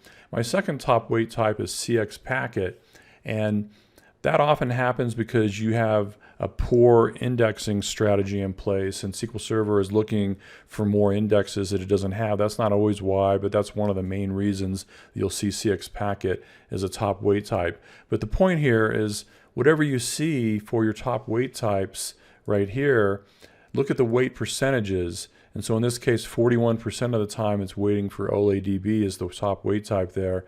And you want to look at the top 2 or 3 weight types and think about what that might mean to you. And sometimes the names of these weight types are sort of deceptive. So async network IO, you might think, oh yeah, that means I've got a slow network. That's usually not what that means. What it really means in most cases is that SQL Server is waiting for the client to finish consuming the data that you've sent to it. So that's another symptom that in this case, just using Azure Data Studio and running all these queries from my local SQL Server machine, it's obviously not a network issue, but it's just waiting. Azure Data Studio can't keep up with what SQL Server is sending back to it in this case. And over on the far right, there's a help info URL column that will take you to a SQL Skills website that explains what a lot of these weight types mean and what, if anything, you want to do about them. But again, I can't stress enough that you should not run this query and then just start changing settings willy-nilly, because that's called knee-jerk performance tuning. And quite often by doing that, you'll make things worse. Our next query is query 39, which is connection counts by IP address. And this just gives you a count of all the SQL Server connections to this instance ordered or grouped by IP address, I should say. And it's reading from Sysdmexec sessions and Sysdmexec connections, 2 different DMVs there. So we'll go ahead and kick this off. And it's not going to be that interesting on my workstation because everything is from my local machine. But what you can see here is that I've got Management Studio open somewhere else here, and I've also got Azure Data Studio open up here, and then SQL Agent has some connections, and then this is the phone home service for SQL Server. So you can see what's happening with a fairly idle machine here, but in real life with real servers, this is useful for figuring out where your load is coming from, what web servers or what application servers, what people's workstations. And also, if somebody claims that an application server can't connect to SQL Server or a web server can't connect, you can use this to confirm or deny that's the case. And this just helps you understand where your workload is coming from, so it can be a useful query for troubleshooting. Our next query is query 40, which is average task counts. And this is a very useful query, especially if your server is running poorly, because it's updated, it's continuously updated, and it's going to show you if you have issues in certain areas. And I'll just go ahead and run the query and then explain what I'm talking about. And by the way, before I do that, it's looking at SysDMOS schedulers. That's a DMV it's reading from. So when we kick off this query, and it's going to come back and show us that my average task count, average across all my schedulers, by the way, is only 1, which is really good. I'd like it to be that low. And then my average runnable task count is 0, which is good. And my average pending disk I/O count is also 0, which is what I want to see. Now, if you see average task counts typically above about 10, that either means that you have lots of activity on your server, it's just really busy, or you might be seeing lots of blocking and even deadlock issues. So really high task counts, average task counts, are a warning sign of that. And then if the average runnable task count is above 0, that means that you're typically under CPU pressure because you've got tasks that are in the runnable status and they're waiting for CPU time. And then average pending disk I/O count means that you're waiting for disk I/O to complete. And if that's above 0, that's a big sign that your I/O subsystem is under a lot of pressure or just performing very poorly. And you want to run this multiple times, not just one time, because it's going to change from second to second. And it's just a useful thing to look at when you're under pressure, so then you can see really quickly what SQL Server is most unhappy about. So it's a very handy query in a crisis. Our next query is query number 41, which is detect blocking. And you want to run this multiple times. Don't just run it once and think, oh, I don't have a blocking issue. And the reason you might think you have a blocking issue is if you ran the previous query in this set and you saw high average task counts for multiple runs of that particular diagnostic query. And when you look at what this thing is looking at, it's looking at sysdmos waiting tasks. It's also looking at sysdm translocks, and it's looking at sysdm exec SQL text, and finally sysdm exec requests. Those are the different DMVs that this query is looking at. And when you run it on an idle system, it's not going to have any results, obviously. But if you are seeing blocking, it'll tell you the type of lock that you're getting, and then the database that it's in, because this is for another instance-wide query, and what the blocking object is, and what kind of a lock it's requesting. And then it shows you the waiter SID and how long it's been waiting, and then the waiter batch, so that's the SQL Server batch command that's happening, and then the statement, and then the blocker SID and the blocker batch. So it gives you a lot of useful information about blocking that can help you figure out what might be going on. And the way you can oftentimes improve blocking is by doing some good index tuning. And if that doesn't work, then using read committed snapshot isolation is one of the next steps you might want to look at. Our next query is query number 42, which is CPU utilization history. And this just gives you the CPU utilization history by SQL Server and all the other processes on your machine over the last 256 minutes in 1-minute snapshots. So this helps you look back in time, 256 minutes, to see how much CPU your SQL Server instance has been using, and also all the other things that might be running on your machine. So it's a pretty handy query. If you're under CPU pressure right now, this can tell you, has it been going on for just a few minutes or for quite a long time, for example. And it is looking at sysdms OS ring buffers to get this information. And I want to point out that sometimes this query comes back with inaccurate results on high core count systems in particular. So every once in a while you'll run this and it comes back with negative numbers for CPU utilization. And that's a known issue that I don't think is ever going to be fixed, unfortunately. But most of the time it's very reliable. And so we'll go ahead and kick this off. And on my system, where I've mostly been talking and recording here, it's 0 for SQL Server. Almost every minute going back for quite a while. I ran a few queries a little bit ago to get it up to 2% for a little while. But on a real system, you're going to see how much CPU this SQL Server instance that you're connected to is using. And then this column right here shows you how much CPU other processes are using on your system. And then it shows you the time that it took that snapshot. So again, this helps you just get an idea of how SQL Server has been doing from a CPU perspective for the last roughly 4 hours. Our next query is query number 44, which was page life expectancy by Numanode. That's what PLE stands for, by the way. And that's just a measure of internal memory pressure. What PLE stands for is page life expectancy, but what it really means is that it's how many seconds does data live in the SQL Server buffer pool before it has to get flushed. And you want higher numbers. And there's old guidance floating around the internet that 300 is a threshold. So if you're below 300, it's bad. And if you're above 300, it's good. That's completely obsolete guidance. It depends on how much memory is in your system, and also depends on your workload. And you can't just run this once, because maybe somebody just ran a great big query that did a table scan of a huge table, and your page life expectancy goes down a lot as a result. So you need to watch what's happening over time, and watch as it goes up and down at different times during the day and different days during the week. And a lot of monitoring software keeps track of this, so you can see what's been going on historically. So when we run this on my system, what we'll see is my page life expectancy is pretty low at the moment. It's only 627. Does that mean I should panic? No, it doesn't, because actually I restarted SQL Server a few minutes ago, and that's why it's so low, because it sets it to 0 when you do that, and then it slowly climbs over time if nothing else is happening. So if I run it again here, it's going to be higher than 627. Now it's up to 649.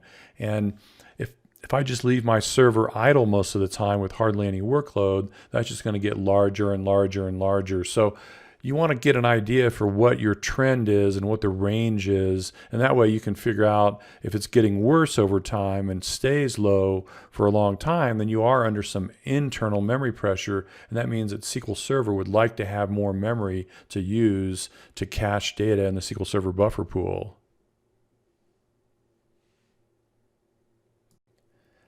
The next query in this set is query 45, which is memory grants pending. And this is another performance counter that we can get to from T-SQL. It's looking at SysDMOS performance counters. And if you ever see this above 0, that's basically SQL Server screaming bloody murder about being under severe memory pressure, because it's waiting for a memory grant to do something like run a query, for example. So when I run this, I expect this to come back and show 0 right there. And you want to run this multiple times on a production server when you're under memory pressure to see if memory grants are actually piling up here. And you don't want that. You never want this to be above 0. And very rarely do you see that unless you're just under severe, sustained memory pressure.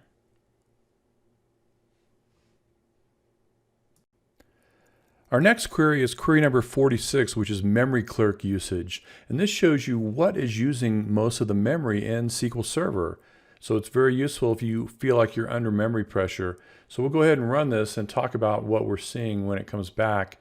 And what you expect to see is your top memory clerk type is the one that I'm seeing right here, which is memory clerk SQL buffer pool. And that was added in SQL Server 2012. And that's your SQL Server buffer pool where data is being cached in memory. And you want that to be your highest memory user by far. But what you often will see is one of the top ones is cache store SQL CP right there. And that is ad hoc and prepared queries, as opposed to parameterized queries and stored procedures that are using lots of memory in your memory pool as a whole. And that can bloat up over time if you've got lots of ad hoc queries that have different query plans in the plan cache. And one way you can control that is to enable optimize for ad hoc workloads for the instance. And that helps control that, but it doesn't completely solve the issue, unfortunately, if you have a very heavy ad hoc workload. What you also need to do in many cases is run this command that you see below, dbcc free system cache SQL plans. And I have that running as an agent jobs with many of my clients, and I've done it for many years. And that flushes just the ad hoc and prepared plan cache periodically. And that helps keep that from bloating up and taking up many gigabytes of memory to cache what are often single-use query plans that just are wasting memory that could be better used by the buffer pool, for example, to cache data.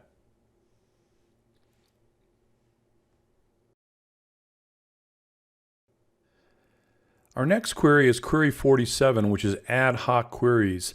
And this is going to help you find single-use ad hoc and prepared queries that are taking up lots of space in the plan cache. And This is really useful if you have something that's doing lots of ad hoc queries, such as an ORM, for example. So we'll go ahead and run this and see what we see come back. And on my instance, I don't have that much activity that's ad hoc, but you can see the database name, and then you can see the query text, and you can cut and paste this to another window to look at it in more detail. And then it tells you in this case whether it's a prepared query or an ad hoc query. And then you can see the plan size in kilobytes. And on my workstation, this is not a big deal, but on most production database servers that I've ever looked at, you'll see hundreds or thousands that come back. And this is filtered for just the top 50. And quite often you'll look at that and see many of them look very, very similar. And so that's something you might want to go talk to your developers about and say, hey, what are you doing here? Can we maybe convert this to a parameterized query or a stored procedure so we can reuse that same query plan? Because what this is finding when you run this on a production server is you have lots of plans that are similar but not identical. And they all have one different query plan, and it's wasting lots of memory in your plan cache. And again, the way you can try to control that is make sure you enable optimize for ad hoc workloads, and then run that command dbcc free system cache SQL plans periodically to keep this under control. But at the root cause of it is just the way the queries are being submitted to SQL Server. Our next query is query 48, which is top logical reads queries. And this just returns the top total logical read queries for the entire instance, all the databases on the instance. And this helps you identify which queries and which databases are causing the most memory pressure, because logical reads means you're finding the data in the SQL Server buffer pool instead of having to go out to the storage subsystem. And this indirectly causes storage subsystem pressure on top of that. So let's go ahead and run this and see what we have coming back. So when this comes back with a result, it's going to show us that the database name is first, and let me scroll down here so we can see all the results and scroll back and forth. But the database name is the first column, and then the short query text, which might be the beginning of the stored procedure, or the first few characters in the ad hoc query. And then you can see it's ordered by logical reads, total logical reads, and the numbers fall off really quickly here, and that's a pattern you're going to see lots and lots. And if we scroll over to the far right, one of the most useful columns in this is the has missing index column. And this shows me all the queries that are showing up here that have missing index warnings that might be easy wins if you can do some index tuning that actually helps the query out. So this again helps you identify which queries are causing the most internal memory pressure. The next query in the set is query 49, which is top average elapsed time queries. And this just pulls back the top average elapsed time queries for the entire instance, all the databases, and you can see stored procedures and non-stored procedure queries in the results here. So when we go ahead and run this, what we're going to see is which queries are taking the most average elapsed time. And this is something that users tend to notice. So if you can find a query that's taking 10, 20, 30 seconds and do some query tuning or index tuning on it and make it come back and say less than a second, people tend to notice that, and it makes you look good as a DBA. And what you see here is the database name is listed, and then a short query text, just like some of the similar queries before, and then it's ordered by average elapsed time. And these elapsed times are, again, in microseconds, not milliseconds. So this is taking about less than 0.2 of a second right there. But still, I would want to look for this and see if I could do something. You know, it's a low-hanging fruit, easy tuning opportunity potentially.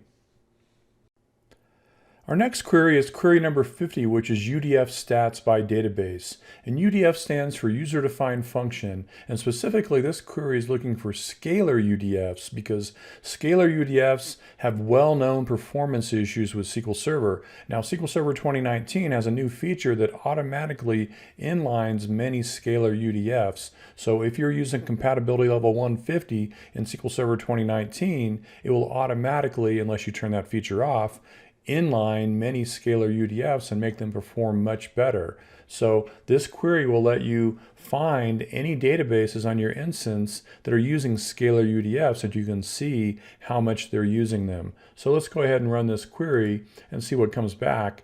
And what you'll see on my workstation is that the only databases that are using scalar UDFs is Microsoft's MSDB, System Database.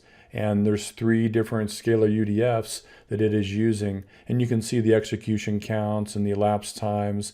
So there's not too much you can do about that until Microsoft decides to work on that. But normally on a regular database, you're going to find quite a few of your user databases have some scalar UDFs in there, and finding them and then doing what you can to alleviate them, whether you're on an older version of SQL Server or not, because they actually added this DMV in SQL Server 2016, by the way. So now we've finished with the instance level queries and we switch over to the database specific queries. Now make sure you're connected to a user database that you care about rather than the master system database. That's a very common mistake that people make, and that's why I have this comment up here. So now we're going to go ahead and run query 51, and this is file sizes and space for the current database that you're connected to. And while we wait for that to come back, now it comes back and we can see that it shows you the file name for the database and then the physical name for the file, and that gives you the complete path, including the file name for the file. And then we see the total space or total size in megabytes and the available space in megabytes. And what we're seeing here is there's a decent amount of space in the data file, and there's lots of space in the log file, and the log file is about 8 times as big as the data file, and that means that I probably had a runaway transaction log on that database at some point in the past, and it grew to be much larger than it probably needs to be. And then we can also see the file ID for each file and the file group name. We just have a primary file group in this case. And we can see whether or not it's using percent growth, which is bad. You don't want to use percent growth for your data files or for your log files. And you can also see if it's the default file group and if it's read-only or not, and whether or not the is auto grow all files property is turned on. And that's a good idea. If you've got more than one file in a file group talking about data files, it's a good idea to turn that setting on so that way they both grow at the same time, and you want them to be the same size. Otherwise, SQL Server tends to use the larger file and ignore the smaller file.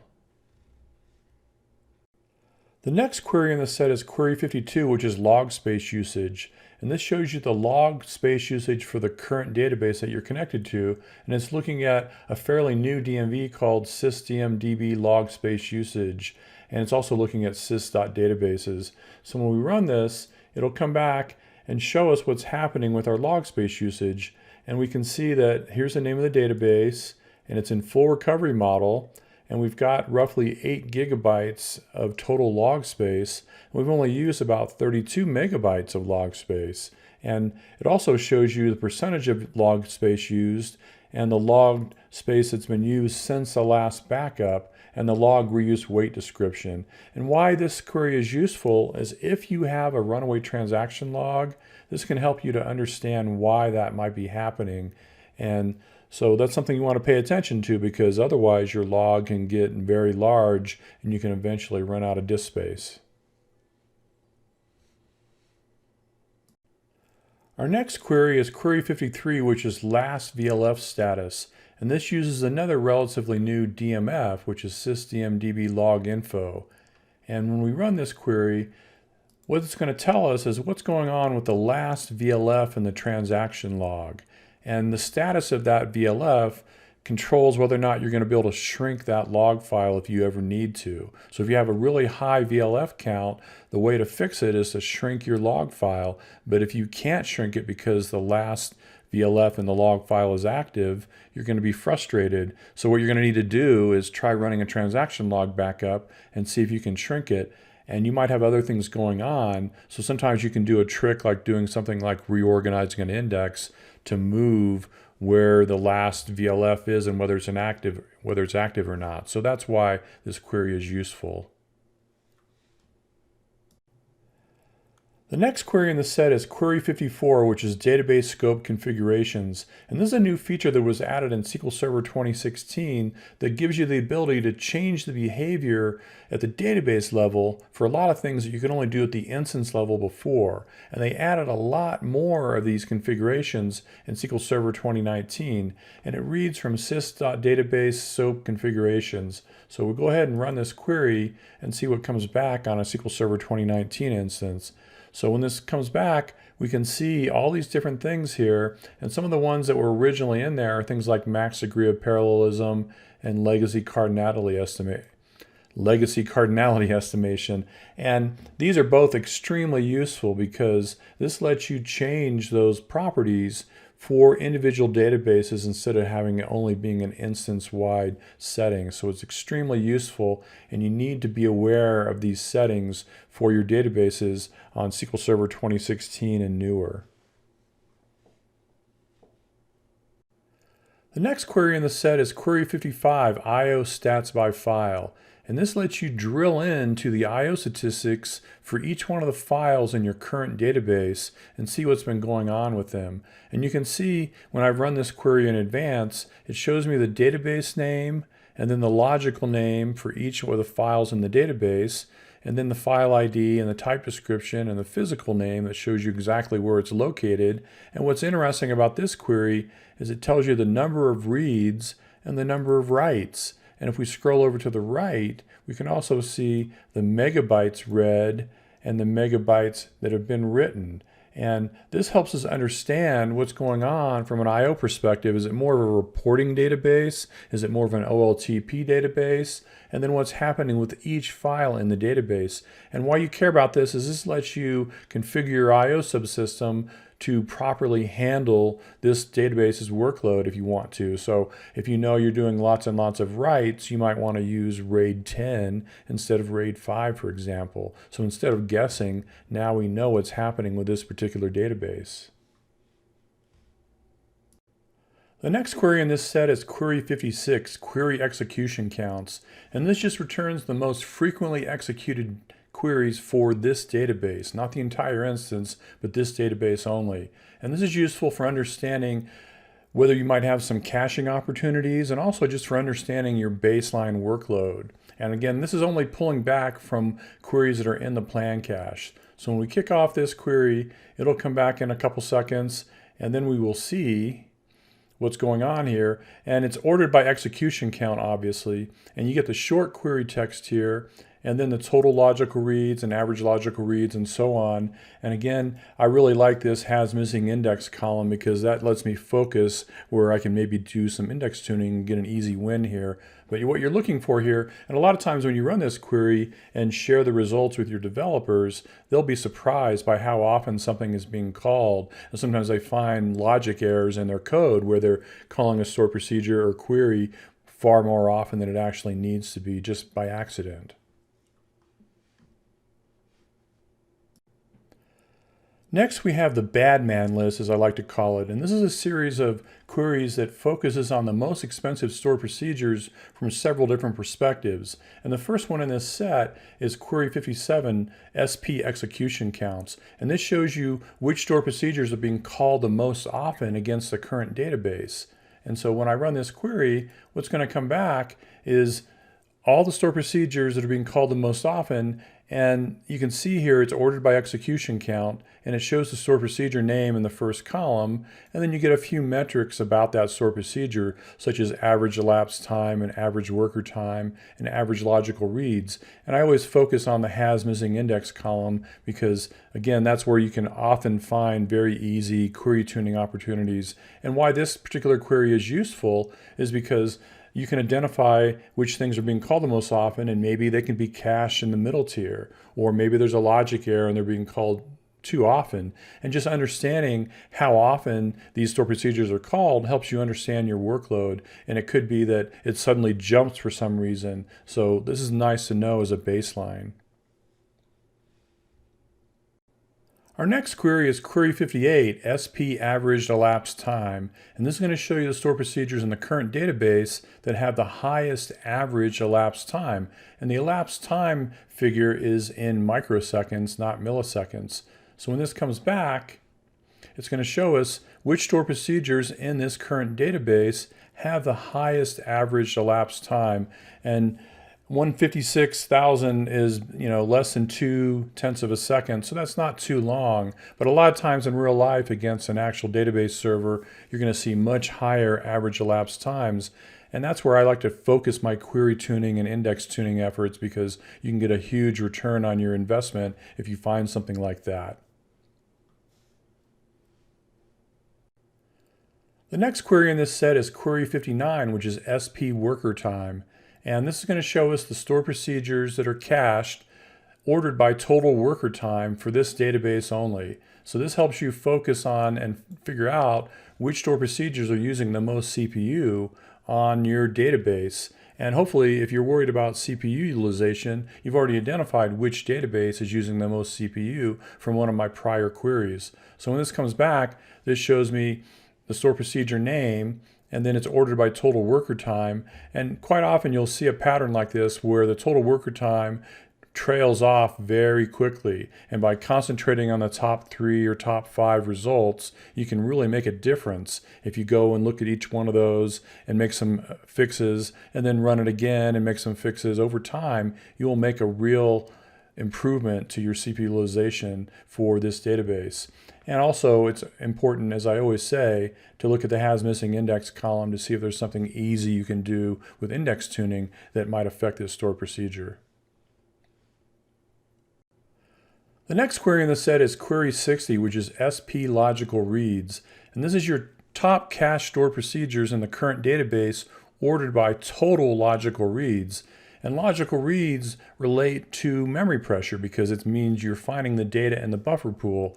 And so if you're under memory pressure, tuning this is a really good idea. So when we run this query, we're going to see which ones come back at the top. And what you'll probably see here is, as we normally see, the total logical reads trails off very quickly. So we could focus on these top 3 if we wanted to do some tuning.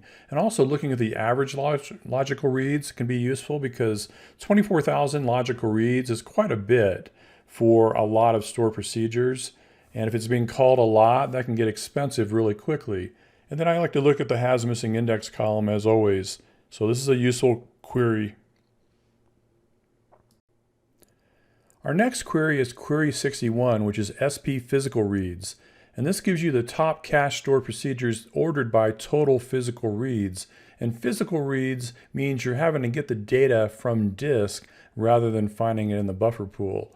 And that's probably what this actually means in this query, is that we had to do that the very first time that we ran it. So at any rate, what we're going to see when we run this query is that we'll see certain ones at the top, and usually the numbers trail off very quickly, as we typically see. And that's what we see from this column, total physical reads. And also the has missing index column, as always, is a place to focus your attention. If you get lucky and the ones that show up at the top have missing index warnings, you might be able to fix that with just simply a new index instead of actually even having to do any query tuning. The next query in the set that we're going to take a look at is query 62, which is SP logical writes. And this is just the top cache stored procedures ordered by total logical writes, filtered by this database only. So when I run this query, it's going to come back and show me which stored procedures are generating the most write activity against the database. And so you can kind of tell from the names of these stored procedures that those are probably doing updates, inserts, or deletes, for example, and they're ordered by total logical writes. And you can see the other metrics that get pulled back from this. And the has missing index column is there, but you don't find missing indexes there as often, but it depends on what's happening with your queries. The next query in this set is query 63, SP missing index. And what that means, these are cache stored procedures that have missing index warnings. And again, these are ones that are cached in the plan cache, and it's filtered by this database. So when I run this, it's going to tell me all the stored procedures in this database that have missing index warnings. And we can see the list right here. And What I could do if I wanted to is I could uncomment this line and then see the actual query plan for that and find the missing index warning. But this is something that's really easy to run, and hopefully you can find some good query tuning opportunities from running this query. The next query in the set is query 64, which is top IO statements. And this shows us the top statements within the store procedures that are generating the most IO from the cached query plans for the current database. So when I run this query, it'll come back with a list of store procedures, and then we'll have a column that actually shows us the statement right here for that store procedure that's generating all that IO activity. So if we expanded this far enough over there, we could see the complete select statement that's generating the most IO. And this probably, the one is pretty familiar by now. He has a missing index warning, so that's why this is so expensive. The next query is query 65, which is bad NC indexes, which stands for non-clustered indexes. And this is going to show indexes that have more writes than reads. And you want to take a close look at this, because if you've got indexes that have lots and lots of writes and 0 reads, you might be able to drop that index. Of course, you need to use a little bit of judgment here and understand how long that your instance has been running and whether or not you've seen your complete workload. So if you've been running long enough that you've seen your complete workload and you don't see any reads on a particular index, then it's probably something you want to consider dropping, because you're paying the cost to maintain that query and you're not getting any benefit from it. And dropping indexes that you're not using makes your database smaller eventually. It frees up space inside of the data file and reduces the burden of index maintenance on that database. The next query in the set that we want to take a look at is query 66, which is missing indexes. And this is similar to the previous missing index query, except that it's filtered down to just this database. And also there's a couple of extra columns added to this. So we'll go ahead and kick this off and see what comes back. And this is, again, very, very useful, but it's very easy to misuse. So be careful when you're running this. Not that it's dangerous to run, but it's easy to misinterpret the results and do the wrong thing. So this comes back, and it's ordered by index advantage, which is a calculated column based on several different factors. And it shows you the last user seek. It's important that you look at that and figure out, is that just a few seconds or a few minutes ago, or is it several hours or even several days or weeks ago, because that helps you figure out if it's part of your regular workload or not. And then the next column shows you the database and the schema and the table involved. And then you can see the number of missing indexes that are showing up for that table, and then the similar missing indexes that are showing up for that table. And then the equality columns right here, and the inequality columns, and the included columns of what SQL Server thinks it would like for an index. And the two columns that I added are the table name column over here on the far right, and then the table rows column, because you need to be careful when you're creating new indexes on large tables, especially with SQL Server Standard Edition that doesn't have online index operations. And one thing that I wanted to point out here is if we scroll back over the right here and expand this column, what we'll see is we've got a table called event log, and there's another table called event log compressed. And those two tables have identical data, but the compressed one is using page data compression. That's the only difference. And what's happening here, if you look closely, right here, the average total user cost for the non-compressed version is 18.32, and the average total user cost for the compressed version is only 4.76. And the reason for that is that the page data compression is so effective in reducing how much data has to be read if we're doing a table scan or a clustered index scan, which is probably what's happening for that particular store procedure. And so that's just some evidence of how effective data compression can be when the data is identical except for the compression that's being used. The next query in the set is query 67, which is missing index warnings. And this is going to show you any queries or store procedures that have missing index warnings in the plan cache for the current database. So when I run this, this will come back and show me whatever I have. In this case, it's all just store procedures. And each one of these store procedures has a missing index warning. And you can see how many times it's been executed right there, which is useful for understanding how important it might be. And you can see the size of the query plan. And then here's the actual query plan XML.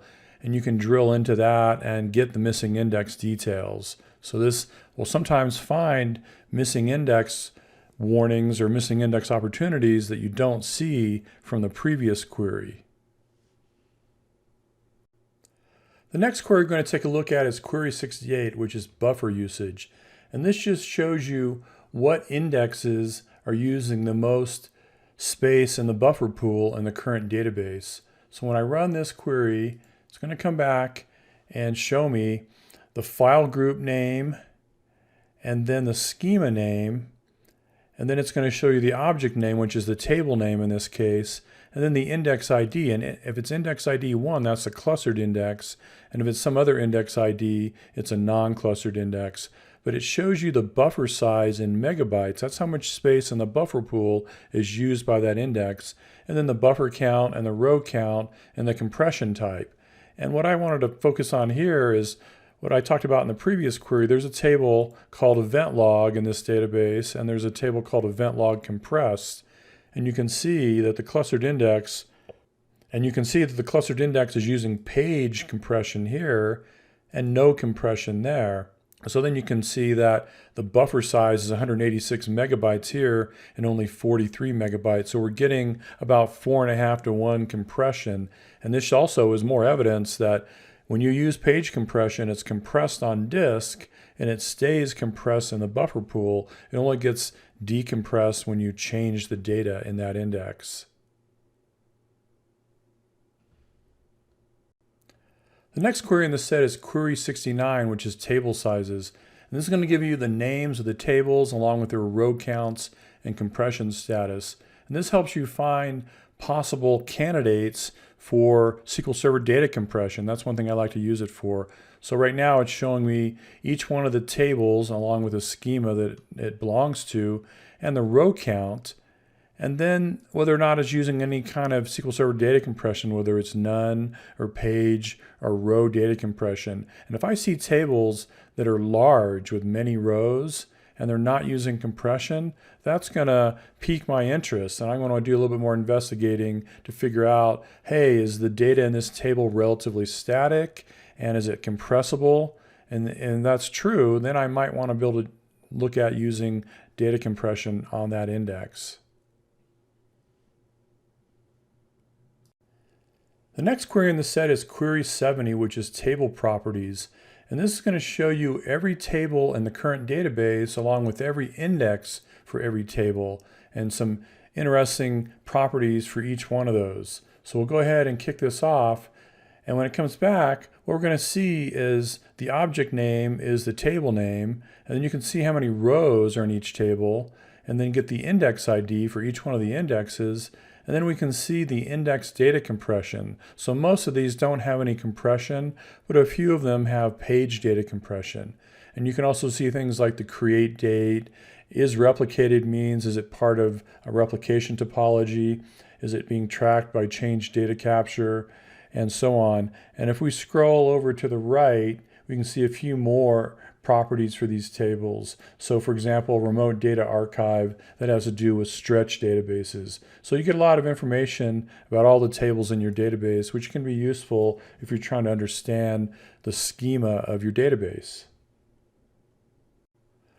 Our next query is query number 71, which was statistics update.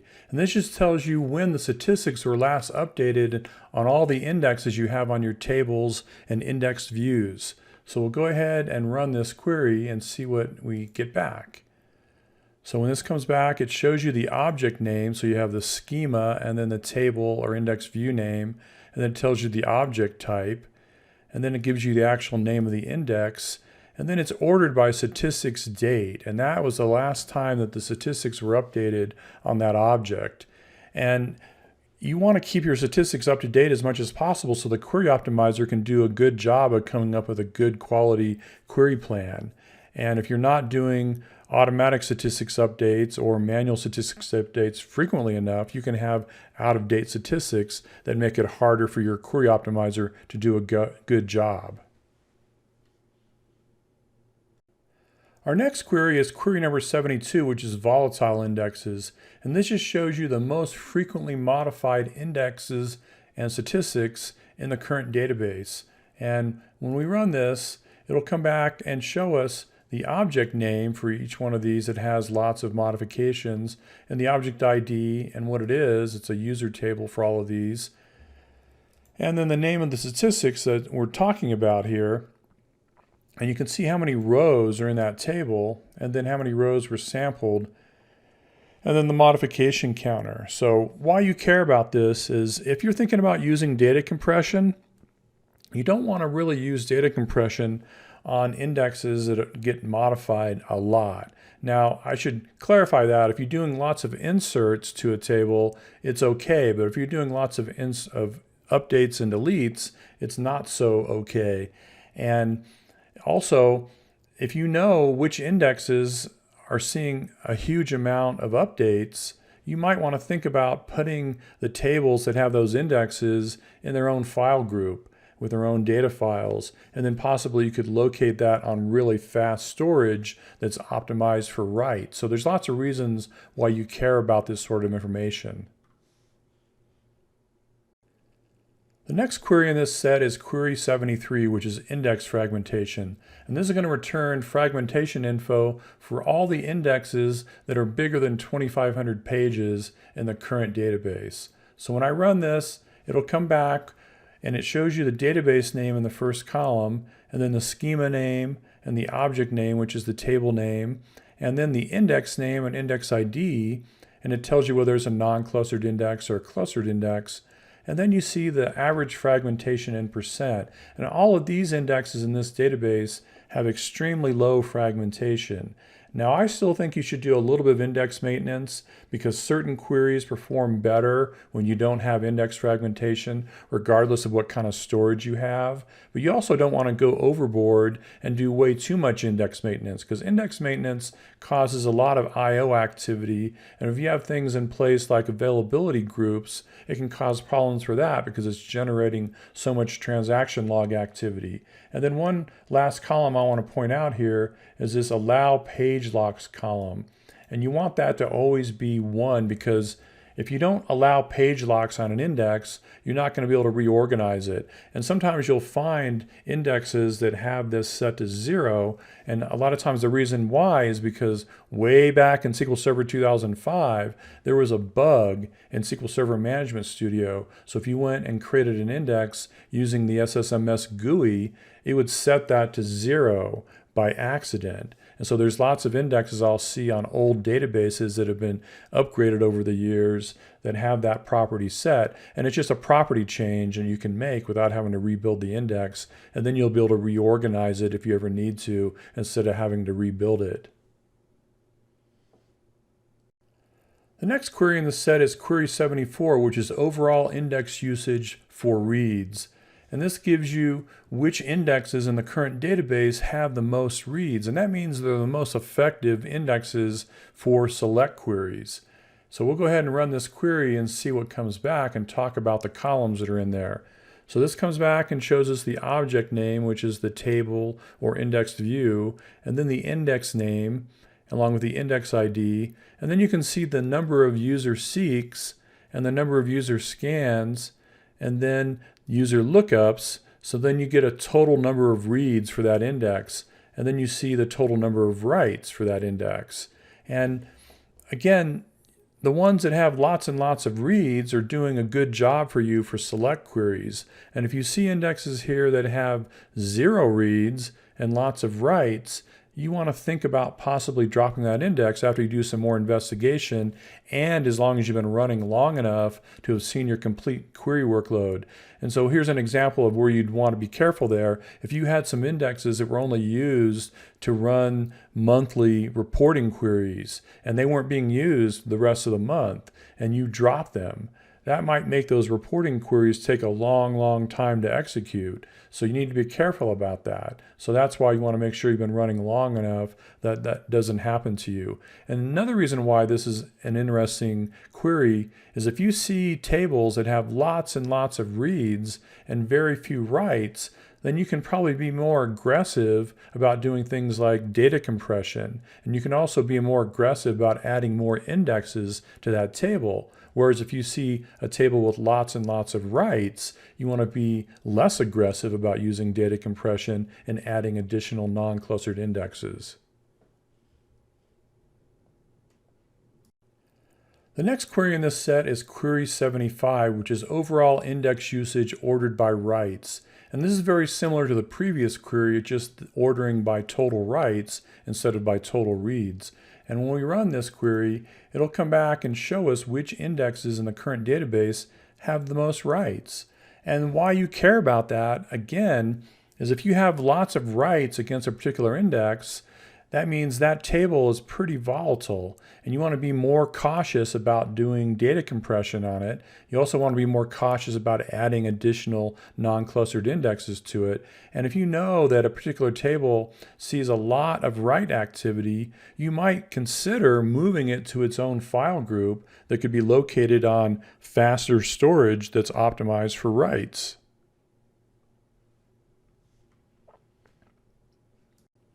The next query in this set is query 76, XTP index usage, and that refers to in-memory OLTP index usage. And this is a feature that I don't see that many people using, unfortunately.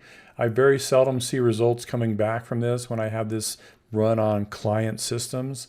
So take that for what it's worth, but we'll go ahead and run this query. And in my case, I know I don't have any in-memory OLTP tables in this database. But if I did, it would show me the object name and the index ID and index name and what kind of an index it was, and some statistics about those in-memory OLTP indexes.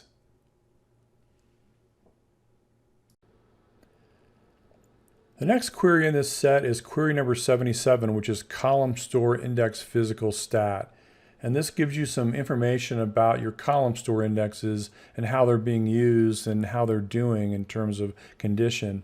And this is another feature that's not used that often. It gets more usage than in-memory OLTP, but still not that many people are using column store, at least the people that I've been dealing with over the last several years. I think adoption of this feature is increasing though, so I don't think it's really a dead feature.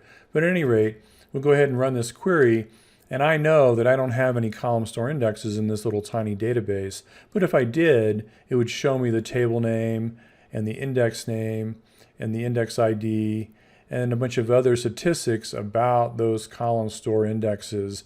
And if you really want to know everything there is to know about column store indexes, Nico Nigebauer has a blog where he's done well over 100 posts on everything you could possibly think about related to column store indexes. So he is probably the foremost expert in the world on column store indexes. And they're really useful for reporting workloads, for example. So don't give up on this feature. The next query in the set that we're going to take a look at is query 78, which is lock weights. And this just gives you the cumulative lock weights for the current database. And this is very useful if you're seeing signs of blocking or deadlocking. It'll show you which indexes and which tables are seeing the most lock weights. And it's pulling from Sysdmdb index operational stats and then sys.objects and sys.indexes. And this really helps you find problems with blocking and locking. So we'll go ahead and run this. And unfortunately, I know that I won't get any results because I don't have enough of a workload on my workstation here, but it would show me the table name and the index name and the index ID and what partition it was in, and then the total row lock weights. and then the total page lock weights, and then the total lock weights. And in my experience, the best way to attack this, if you see lots of lock weights on a particular index or table, is see what's going on with the indexing for that table. So for example, if you are having to do a clustered index scan on a big table because you're missing a non-clustered index that you could have otherwise used, that's going to lock that table for a period and cause more lock weights. So, and also if you have more indexes than you need on a table, that's going to cause additional lock weights. So getting your indexes tuned properly tends to really help reduce your lock wait time.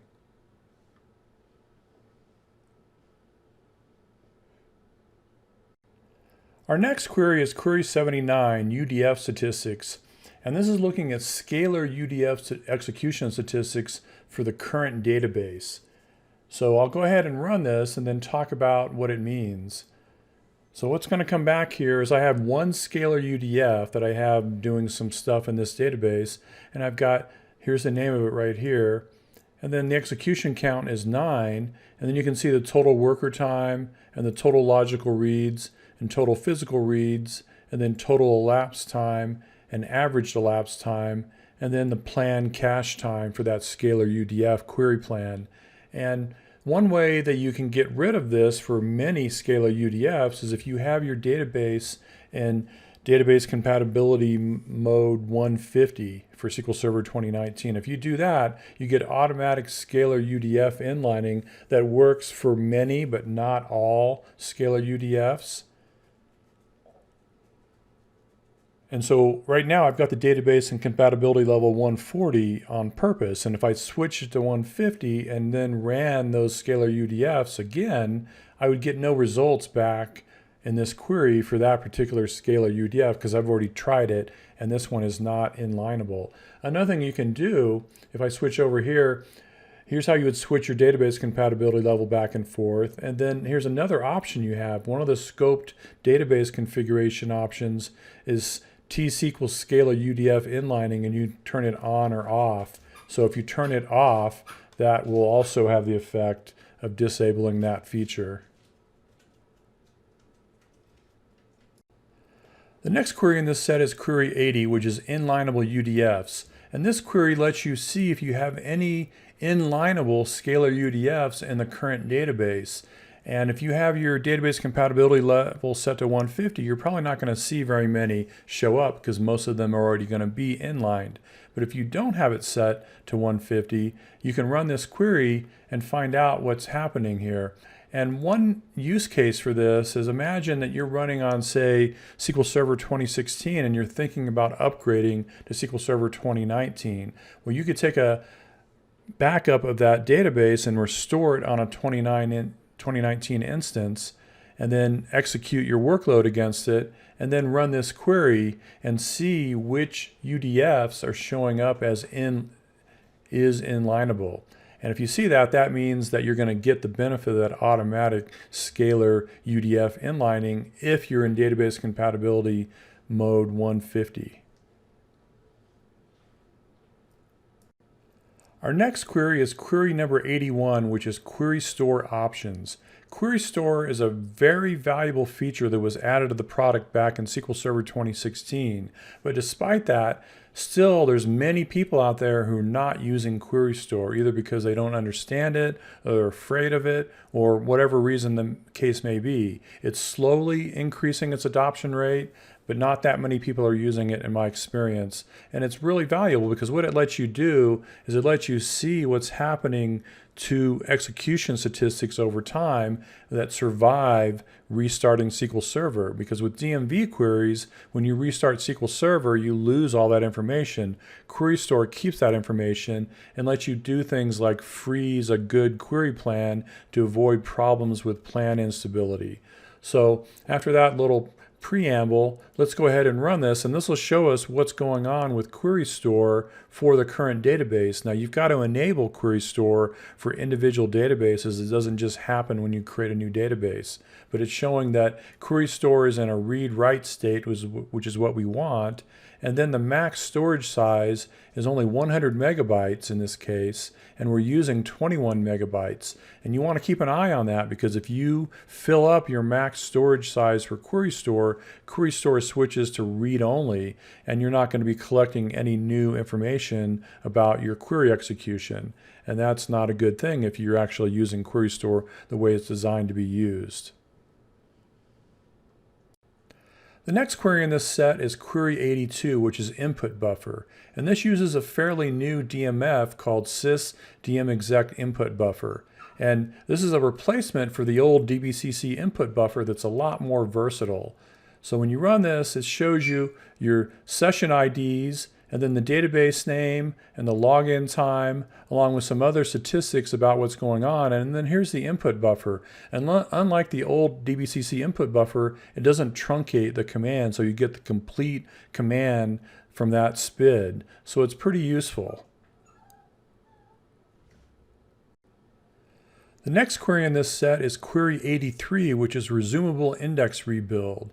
And this is a new feature that was added in SQL Server 2017, and it was enhanced in SQL Server 2019. But it lets you see if you've got any indexes that are resumable, and if you've got any of those running, it'll show you how far along they are. And if you have any that you've paused, you'll also be able to see it here.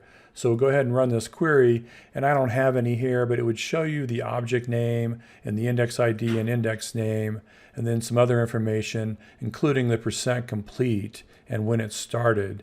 So this is useful information if you've got really large tables that you want to be able to pause an index rebuild operation that was running against them. The next query in the set is automatic tuning options. It's query number 84. And this shows if you are using automatic tuning, which is a feature that was added in SQL Server 2017, and it's only for Enterprise Edition. But this feature requires that Query Store is enabled on the database. And we'll go ahead and run this query and see what comes back. And the only thing you can do with SQL Server 2017 and SQL Server 2019 is either enable or disable force last good plan. And what that does is if Query Store notices that suddenly you get a query plan that has regressed and it's using more CPU than it used to, it will attempt to force the last good plan that was using less CPU, and then it checks to see if that's actually helping, and if it isn't helping, it'll unforce it. So it's essentially automating what you can do to force the last good plan with SQL Server 2016. And again, you have to have Query Store running or else this feature won't work, and this automatic tuning feature also is an Enterprise Edition only feature. The last query in this set, which happens to be the last one in the set, is query 85, which is recent full backups. And this shows you a lot of useful information about the 30 most recent full database backups for the current database. So when I run this query, it comes back and shows me the machine name, the server name, and then the name of the database, and then the recovery model for the database, and how big it would be without backup compression, and then the compressed backup size, and then you get the compression ratio, and then you can see whether or not you have backup checksums enabled, which is a really good idea, and whether or not it was a copy-only backup. And then you see the encryptor type. So if you had an encrypted backup, it would show what kind of backup encryption you were using. And then we can see the backup elapsed time in seconds, and when the backup finished, and then the backup location. And it's really important you pay attention to the backup location, because normally you want to see it going to a drive letter or a UNC file path, something like that. But if you see something that looks more like a GUID there, that probably means that something external to SQL Server, like backup exec, for example, is doing backups that you might not know about that could be causing problems for you. So this helps you catch that if something is doing that external to SQL Server. We've made it through all those queries, and I really want to thank you if you've hung in there and listened to all this. And I appreciate you showing up and listening and watching this. If you have any questions that I haven't answered during the session, please feel free to reach out, email, or on Twitter and ask me questions about this. So this is something I really enjoy doing, and I appreciate you attending. Thank you very much.